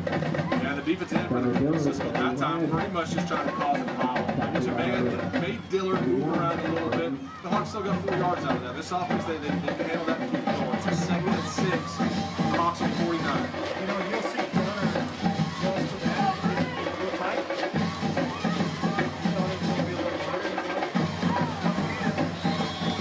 Well, like I said, I think they lose. They freed up that 1 technique, so we didn't get quite 3 or just got them in the heck of a play on that. Setting up a 3rd and 9 for the Hawks. That's the other. We got 2 quarterbacks. You know, they're their first year starting. They're watching this. They're learning it. They're trying to learn as they go as well. See some positives from both. But again, I think the D tackle just made a great play on that. Sitting up 3rd and 9. Nasty.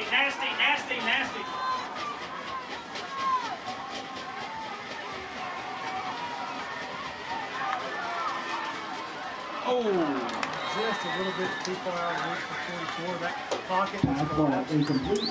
Intended for number 44. Good job of getting it away. It's just a little bit in front of Logan. Tom Blake. Brings up a 4th down here for Wall. James. So as James, it was long as the punter. We're going to learn, parents. I promise you by the end of the year. It's Ryan Allen's the punter. Ryan Allen's the punter. That's right. Sorry, Mr. and Miss Allen. He had a great punt last time. Once again, he is sitting at, that time he was sitting at 14 yards, so they did scoot him up a little bit. And he's going to put Wall in a really good situation by flipping the field all the way down to the 11-yard line. So great punt on that. Sets us up down at 3:16 left to go in the 3rd quarter. Cisco is up 18. Wall Hawks are 14. But we saw a little bit of movement on that drive besides the first one. Now it's the big chess match. Wall defensively needs to answer Cisco. We don't want any more points. We don't want to fall down by 2 scores here, especially by the time that would be the 4th quarter coming around. So hopefully for the Hawk defense, a quick 3 and out. Absolutely. The best case scenario for the Wall, for the Hawks right now, is to keep them within the 25 and make it punt. Just that just a pop right outside. Great play by 22. For the Wall Hawks right-hander. And Del Valles, made a great play trying to hold the edge, allowed Angelo to make a play from the backside. Second set. You know, if you're watching that play, you just hit on it perfectly. Valles kept that outside contained and forced that runner to try to make a jab up before he went outside to slow it up just enough. My wife just texted me that Ryan Allen is who we got our new dog with his mom. And so I want to thank Miss Allen, because I have met her before, our new dog Ollie at the house. Picked us up on that, but a great run there for Cisco Lobos. Making the first down for Cisco, running about 8 yards. And so that's one of those times you just see the coach's side too. Cisco had a man on a man, there was a lane, and they able to get 8 yards on that play.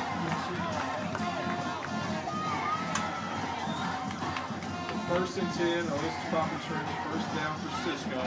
They're on their own 23-yard line.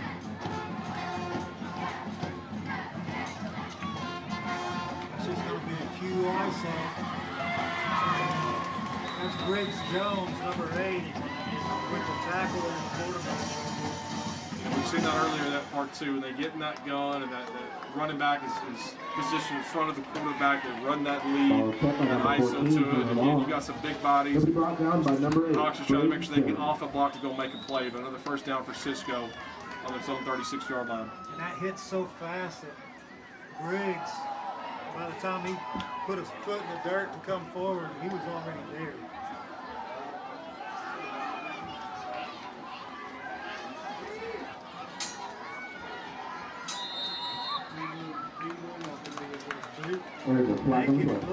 Yeah, illegal motion or something on him, assuming why the play was stopped. But yeah, like I said, maybe a boot, and also the running back going out the back way. Yeah, he's going to be the little flat. Flats and the post coming from the backside. Yeah, I'm assuming like an illegal shift, illegal motion, or whatever they call it on that. That's not what you want to see if you're Cisco. That puts you behind. Yeah, I get the chance for ball defense to kind of get here on the 1st and 15. Have Cisco playing from behind the sticks. 1:33 left to go in the third quarter.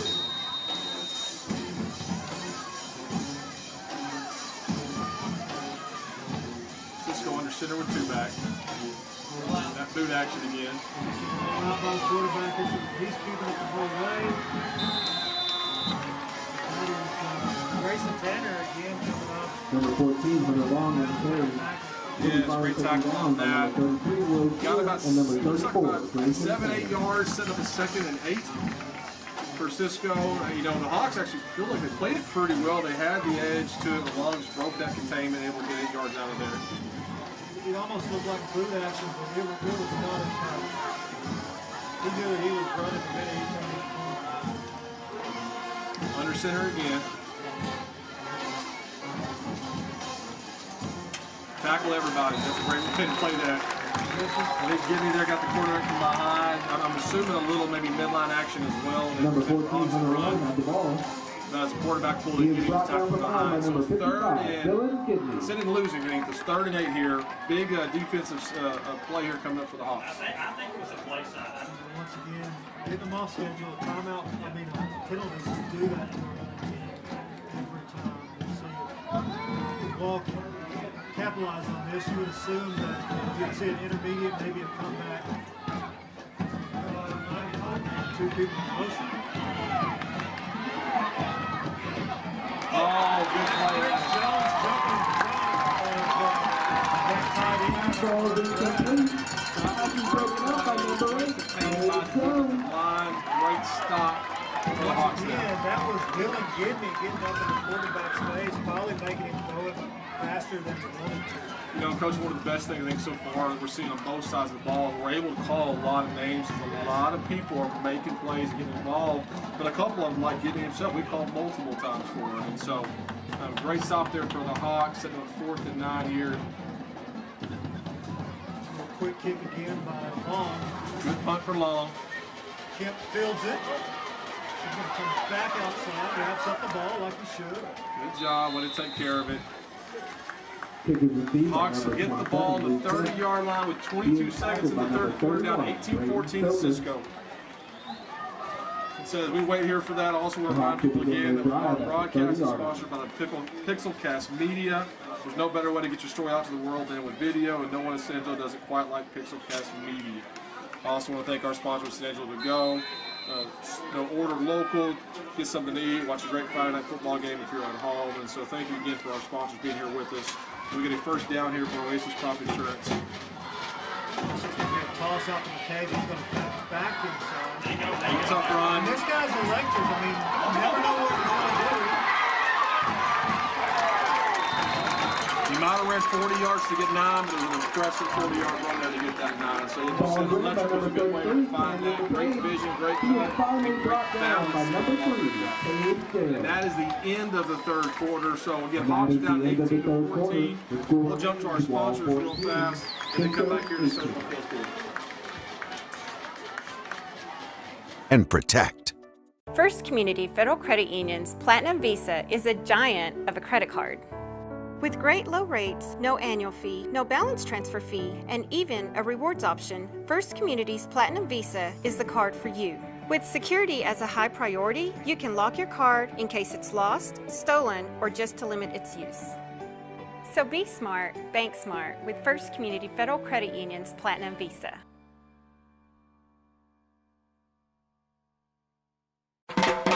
Cotton farming in the Concho Valley, that's risky business. Specializing in crop insurance and serving local family farmers for over 15 years, Oasis Crop Insurance understands those risks firsthand. That's why year in and year out, from the first seed you plant to the last boll you harvest, Oasis Crop Insurance is your risk management partner. Oasis Crop Insurance. For a first down. Got there a little late out of the commercial break to it, but now the Hawks are marching here to start the fourth quarter. That's the first play out of the fourth quarter. Again, Hawks are down 18-14, but now it's an Oasis Crop Insurance first down. Hawks have the ball on their own 46-yard line. Coach, fourth quarter, what are you thinking here for the Hawks? What's kind of the conversation along the coaching staff? And what's kind of the thought process going on? Keep doing what you're doing. I mean, they've got a good drive going right there. Just keep doing what you're doing.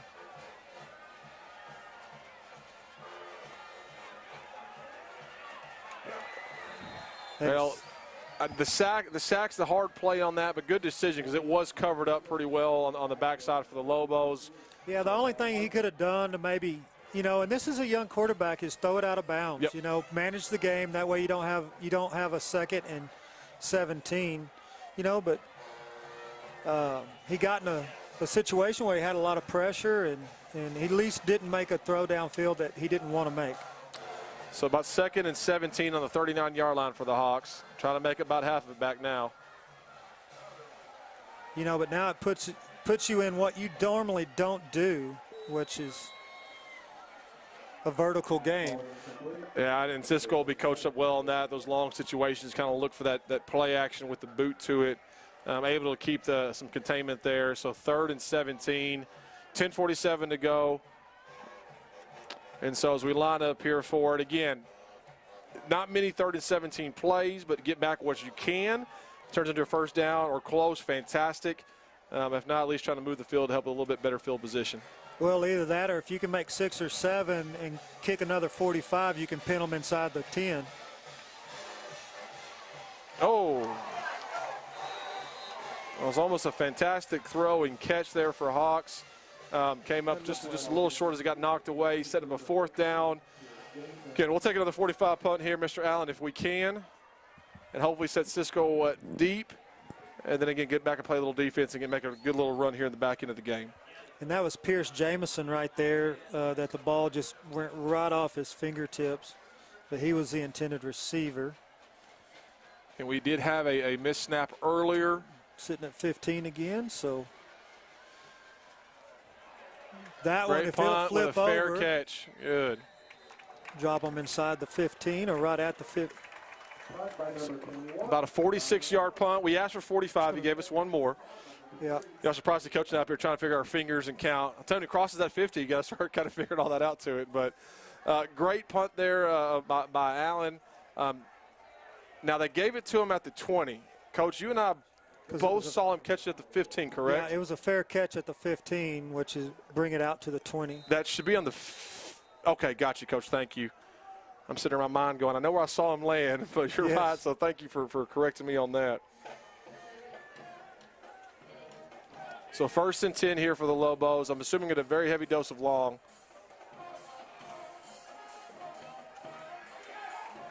I love it flying around, a lot of pads hitting. Hawks doing a great job trying to get underneath blocks, get over blocks, everything they can. They got 3 yards out of that, so set up about a 2nd and 7 for the Cisco Lobos. And you were 100% accurate. It was long on the carry.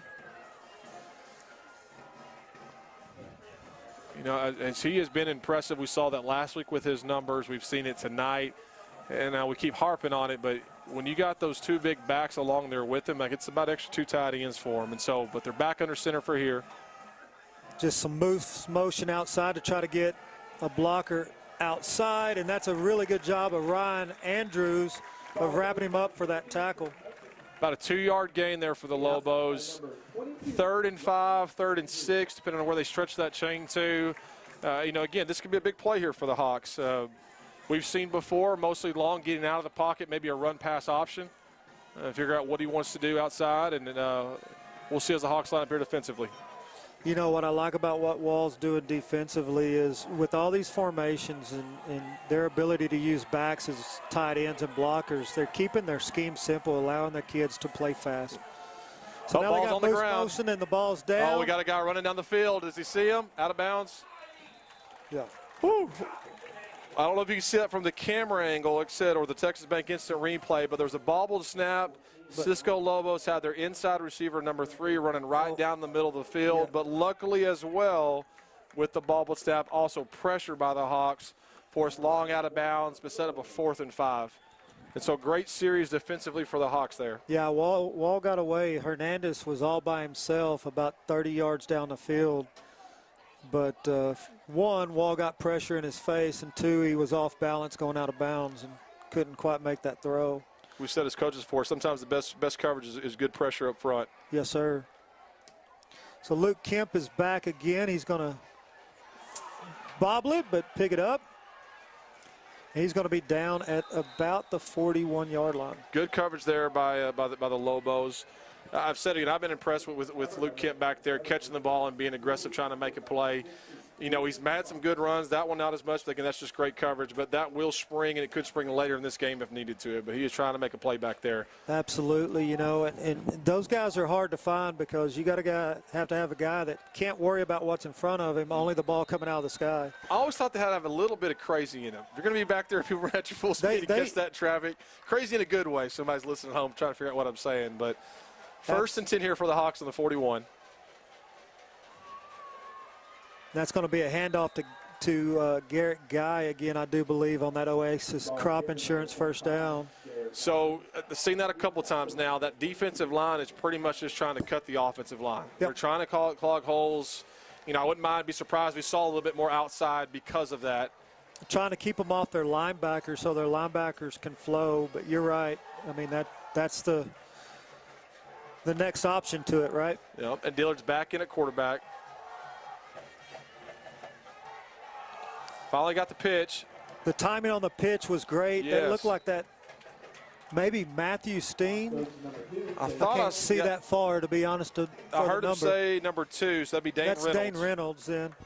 I'm having a hard time seeing across the field right now. So, again, Dillard's back in at quarterback, set up a 3rd and 4 here. And I would assume with 8:06 to go, this will most likely be a 2-down series. Maybe not. There's still time to play. But we'll see what the Hawks will pick up here on 3rd and 4. There's the outside pitch we talked about. This is going to be McCabe, and he's going to squat himself for a 1st down. He did a real good job of getting low, but then pushing and driving. He did. He got met about 2 yards. Yep, 2 yards for the 1st down. Like you said, squat's a great example of it. You know, people at home watching the exercise these kids are doing, you see how it applies in real life. There's a great example of it right there. I know Gabe's dad, Andrew, is a big guy who enjoys working out, so I'm sure him and his son are doing a lot of those around the days. Oh, absolutely. This is the guy, again, on this Oasis crop insurance 1st down, and he's going to rumble for about 4. Yeah, that's a good, tough run right there. Set up about a 2nd and 6 for the Hawks. Now we got a little momentum happening. got a first down, looking for another one. Yes, sir, just stay with it. No need to go away from what you're doing. So Hawks taking their time. 20 seconds left on the play clock. 7:06 left in the fourth quarter. See if they attack this one tech down here again. So it's like McCabe again with a good run and a good cut. So now they're moving that gap out. We kind of mentioned earlier there, depending on what we're looking at, we came inside, coming back outside, keeping the Lobos guessing now. I was curious to see if their D-line was going to cut again that time, and they didn't that time. So I'm sure they're trying to figure out, how to stop the Hawks. But that's another first down, the Oasis Crop Insurance first down. And we're moving the sticks, and we're seeing McCabe and Guy and Dillard. Be interesting to see if they hit that A-gap down here to the left. They were about to hand out. We got a flag. Counter. Now, I'm curious. I think I've seen a little bit of maybe some early movement here and there on the Hawks. I thought of some two people in motion earlier. It is going to be illegal motion on the Hawks, which is going to bring up a first and 15, correct? Yeah, first and 15, and that came from the Lobos sidelines. I'm assuming their coaches are telling the side official the same thing. Hey, we're seeing this.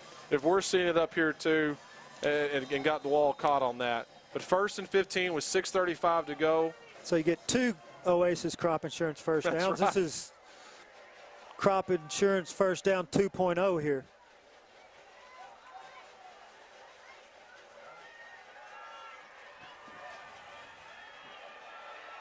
Throw it out, manage the game. Very good. Good decision by Dillard on that play. Set up a 2nd and 15. The Lobos have done a good job in down and distance, pretty much help playing that coverage. Yeah, they have. I wouldn't be surprised just knowing kind of the offense a little bit here. They've tried some drop back passes or some boot action, however you want to describe those. Maybe see maybe a little bit of trap or midline, something to the interior here, trying to make some of it up on the ground. I could also see them come back to that screen, that fullback screen that they had earlier, especially on 2nd and 15. I agree. That looked good earlier. Trying to double move. Cisco picks it up well. Throwing in the double coverage, and it's about 5 yards out of bounds. So once again, it doesn't hurt anything. Nope. Especially, he was in double coverage. If he leaves it short, it may be a pick going the other way. So 3rd and 15, and as always, we talked about with Cisco and now with Wall, you're moving the ball, then you get that penalty, sets you back. Yep. Now you're playing from behind the change. Right, and it gets you doing stuff that maybe ain't your bread and butter. So 6:10 to go, 3rd and 15. We're in shotgun again where that screen came earlier, but a little boot action. Little sprint out here.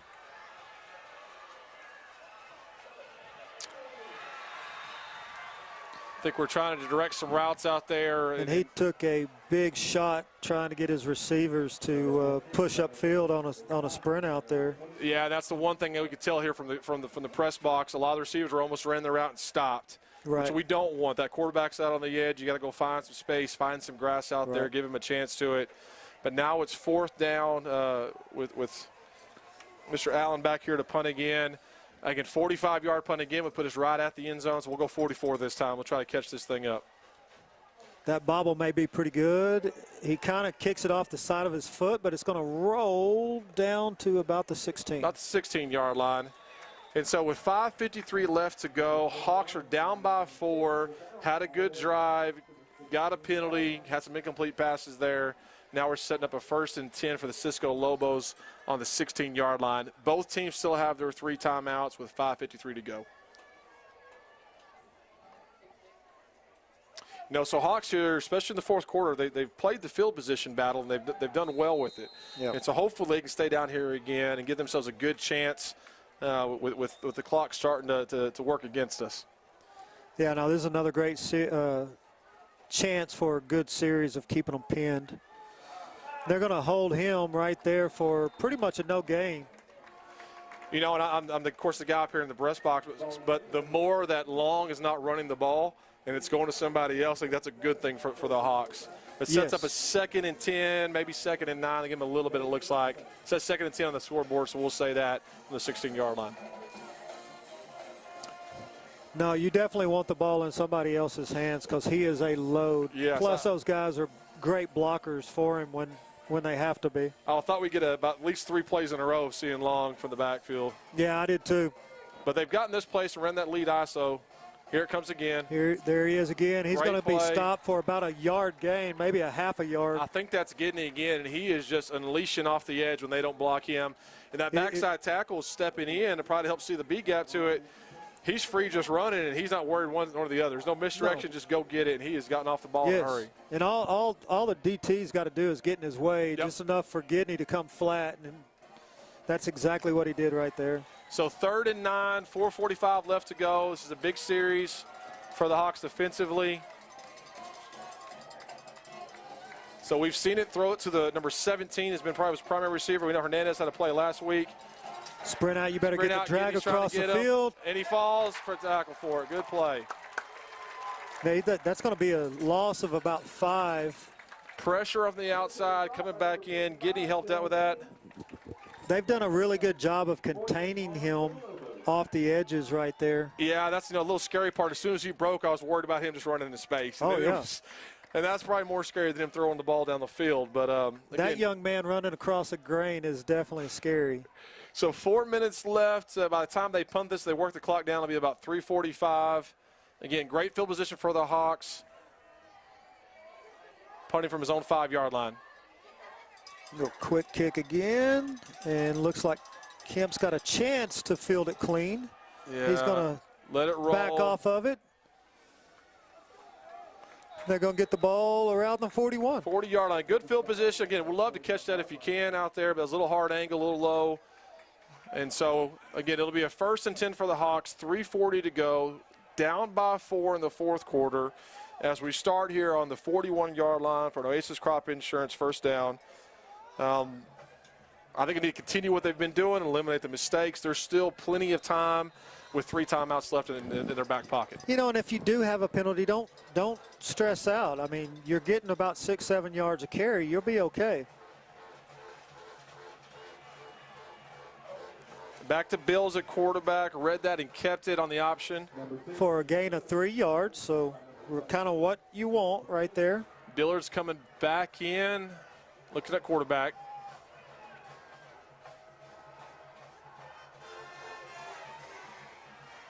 .318 to go, 2nd and 8 is what they have it marked at.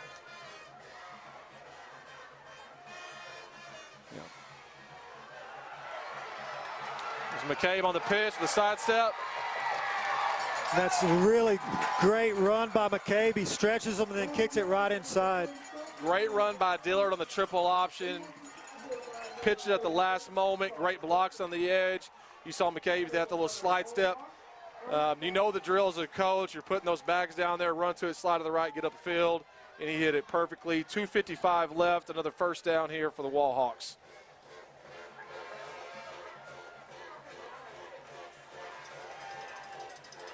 Taking a shot. A little overthrown in the corner of the end zone. That looked like that was to Luke Kemp. Not a bad ball. Almost hit the pylon, and if the receiver didn't catch it, it was going to go out of bounds, so we wouldn't risk a turnover. So 2nd and 10 here. Again, Hawks are on their 24-yard line. The wind is behind them. Field goal will not cut it. There's 2:41 left in the game. And 2nd and 10 on the 24.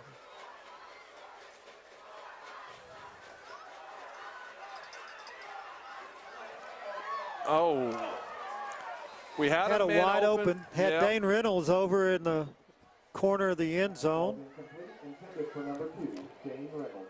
I thought we were almost about to come back to it, but it almost threw it to a spot, and just nobody was at that spot. Right. Last week both these quarterbacks were 30% passing. As they grow, that'll improve. 3rd and 10 here from the 24.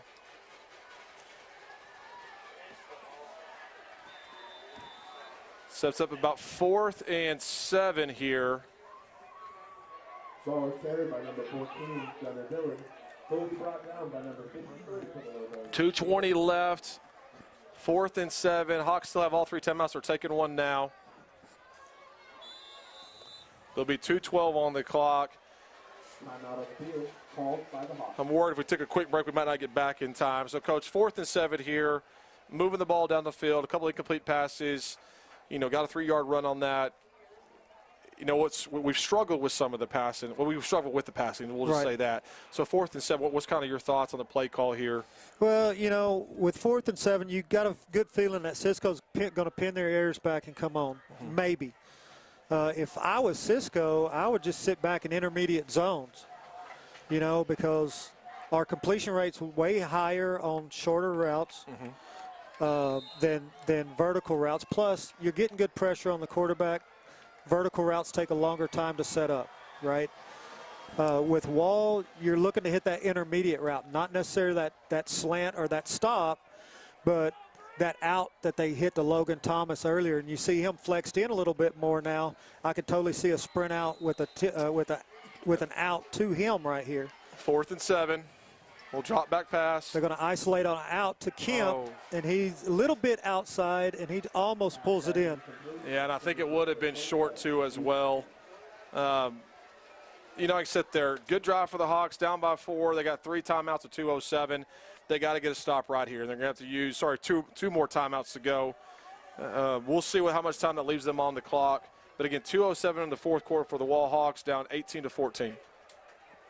And that looked like exactly what Cisco did. They sat back about 9-8 yards. That way they could rally to the short and still cover an intermediate. So, again, I would expect a heavy dose along here. I would, too. We'll see what Cisco comes in. A little shift by the Hawks. And there he is. There's just a follow. Push him almost back. like a double ISO or a double lead with both backs leading up for him. And and I think we hit him for about 2 yards, but he drug us out at about another 4 or 5. It looks like setting up a 2nd and 4 with 2 minutes to go, and the Hawks take a timeout.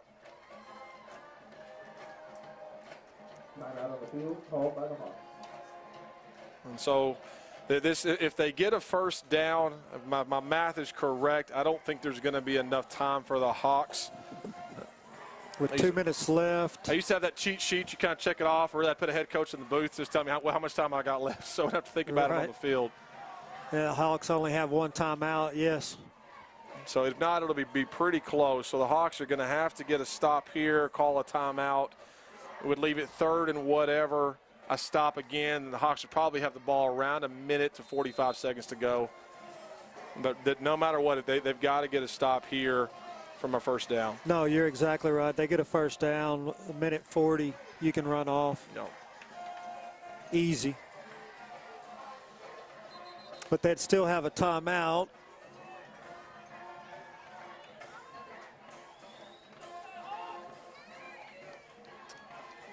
All right, you can see the fans as well as us up here. We're anxious. Hopefully a big stop right here. They got 2nd and 5. Looks more like 2nd and 4, but 2nd and 5 for the Lobos. Blitzed everybody, hit him in the backfield. You talk about timing that up perfectly. Timeout by the Hawks. Great play defensively with 1:55 to go. Logan Thomas you said it best. He timed it up perfectly and got him 2 yards in the backfield immediately. I think if he was a half a second earlier, they might have been offsides on that. But yeah, no doubt. Great call by the defensive coordinator there, Craig Slaughter. Again, 1:55 to go. We know Cisco will, I would assume they're going to run the ball, which leave about a minute, probably 5 by the time the Hawks got back. Well, that 40 seconds, but just all that kind of working. About a minute left to go here. But, again, 3rd and they said 5. I thought he at least lost a yard or 2. But 3rd and 5 here for the Lobos. And if you're Cisco right here, you've got to be pretty conservative. You've got 3rd down and 4th down.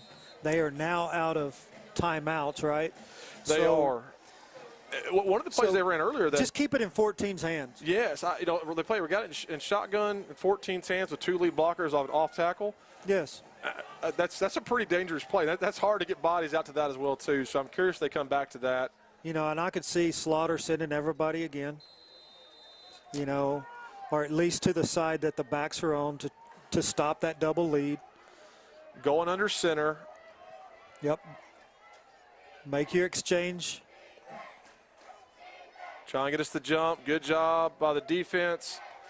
I thought that I think I would have jumped as a defensive player on that, but that's that talking that timeout, just that communication. You know, don't be surprised. They might try to get you to jump off sides, and great discipline by the defense, by the Hawk defense there, not to do that. You know, and Slaughter shifting right when he did, having that defense shift to try to get an illegal motion right there was all. You know, that was talked about in that huddle as well. You know, and we did talk the first half with some fumbles, some snaps. We haven't had a ton of penalties. We've had some costly penalties on both sides of the ball, but for the most part, pretty good defensive play or disciplined play on both sides of the ball, especially on the penalty side, and better second half play on the turnover or mistake side to it. And so, again, you got two programs that have done traditionally well. They've been in these moments before, and so that was kind of a great example right there. One, Cisco didn't jump, and neither did Wall on a big 3rd and 5. And they were both trying to pull it out of the other one. Yep. You know, so. And I totally expect the same thing again. You'll see a shift by Wall's front, I would think, or at least the linebackers creeping up, and some type of pressure coming on the running back side. So to the right here. Just a toss to the edge. Ball's out. Ball's out. I think we got it. I think the Hawks got it. They got the signal. First down, the Hawks. 1:46 to go. Down by 4. Great defensive play. The Texas Bank instant replay might tell us who made the contact, the hit, who fell on it, but great, fantastic job by the defense. Gave us a shot here. Absolutely. That's all you want. You're sitting at the 23 now with the shot. And, you know, Houston's going to regret putting that ball out there and getting it taken out. So 1:46 to go. No timeouts for the Hawks. 18-14. You got plenty of time right here. That it looks like both quarterbacks are in the game. Bell's at receiver now.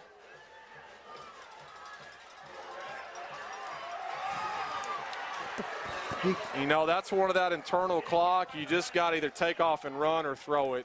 The line did a good job creating a pocket for Dillard right there. Right, that's a young quarterback again. Yeah. That's just a game management type deal. So 1:25, the clock is running. You know, and if he gets it away, at least stops the clock. Yep. 1:15.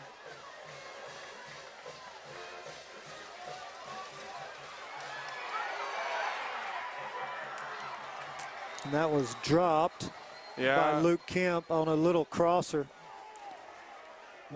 But it does stop the clock here, and it's going to bring up, what, third and 17? What the scoreboard says. 1:06 to go. You know, again, good pocket by the O-line.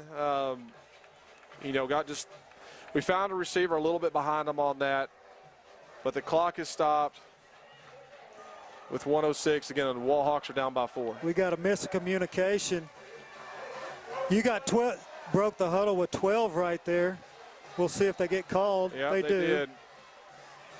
The problem is they sent a player in, and they really wanted the other one in the game and had the wrong person coming out. Yeah, personnel caught him on that one for it. So this will be make it a little longer, a little harder here. But again, don't have to get it all back in one play. You know, Coach, again, we hadn't seen that screen call. That might be something coming back here, something consistent for them. I think it'd be a great call with 3rd and 20, because I would think with that much time, they're going to back up a little bit. You know, try to get an athlete in space somewhere with the ball. And you really wouldn't be expecting a screen right here either. Going to the end zone. Bobbled, intercepted. Yep, it was intercepted in the end zone. Yeah. Look by maybe number 17. Number 17. Is that right? I can't see the number from over here. So good play. Ball got bobbled in the end zone, trying to take a shot there. And so as the Hawks come back out with no timeout, Cisco will most likely just take a knee.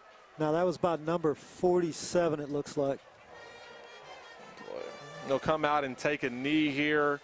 And so Hawks had a chance there with about minute 45 is what we had. Couldn't quite make it on that, a penalty there as well. And so then the third and long turnover, which again, you're kind of taking a shot there at that moment anyways. Cisco will take a knee. And so they'll have to take one more, well, it looks like two more.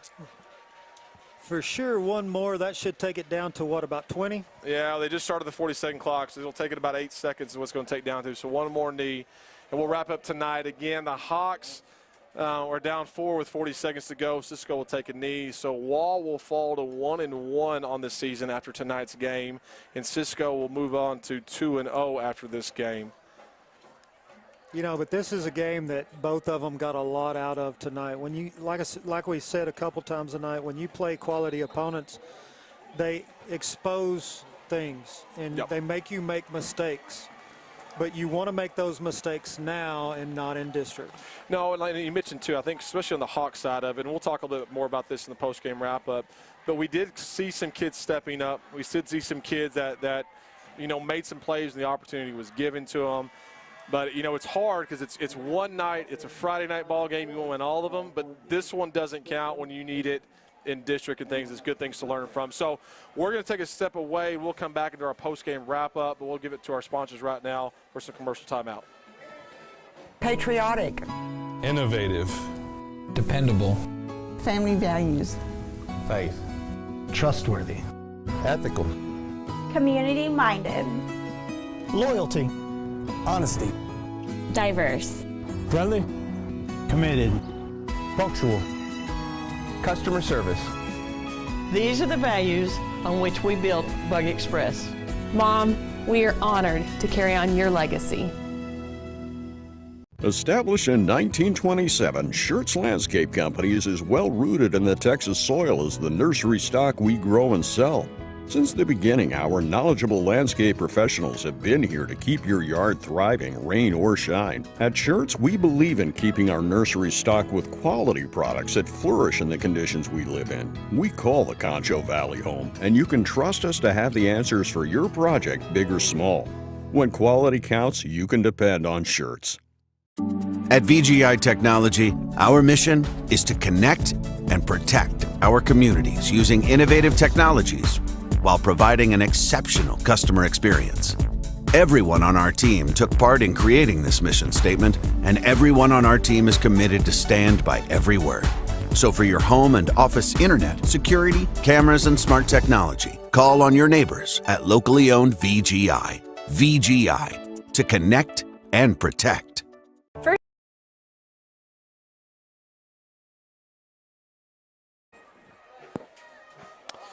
We want to welcome everyone back to the Wall Hawks Football and Concho Sports Network, brought to you by First Community Federal Credit Union. The Hawks lose a tough one tonight, down 18-14 to the Cisco Lobos. We'll talk a little bit about a recap here of the entire game, including the second half. We'll do some sports, just update you some scores around the area. Then Coach and I will kind of give you our final thoughts. But 18-14 loss for the Hawks. We saw some good things on the second half offensively for the Hawks. We saw some good things defensively for the Hawks. But Cisco got that second half score that Wall didn't. Coach, what's kind of your thoughts on the second half? You know, I thought both teams, they adjusted in the third quarter to what they saw in the first half. They adjusted well, and both of them drove the field really well. Wall had a lot of chances, especially in the fourth, to score. And, you know, right off the fingertip here or right off the fingertip there on some plays, you know, they had some drives that just sputtered out within the 40. You know, and Cisco did too. They had that one drive to start the third quarter to go up 18-14. And then the Hawk defense really stepped up the second half, stopping Long, you know, because the third quarter, Cisco adjusted really well, was making 7-8 yards a carry with Long, and they adjusted, filled that gap, and forced them to do something else to start going to Houston and the fullback a little more. You know, of course, no football coach or fan enjoys a loss. You know, again, I mentioned it about middle of the game. Football is a unique sport where you get one game a week. You know, you don't have a series or 2 or 3 games that you can lose one and bounce back the others, and so it's tough. But there's things I think the Hawks learned about themselves tonight. You know, so defensively, like you said, making some of those stops, making those adjustments.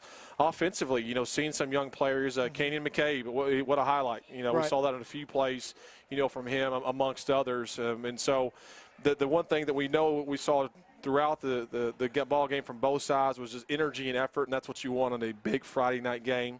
But getting into next week for the Wall Hawks, we know we have Jim Ned coming up. And so Hawks will have to rebound coming back into that. You know, and next week with Jim Ned is going to be a really special night out here at Wall because they're going to be dedicating the field to Clayton Weissoon.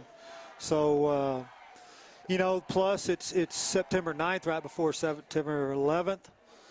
So that's going to be a really energized evening here in Wall, you know, with the field dedication.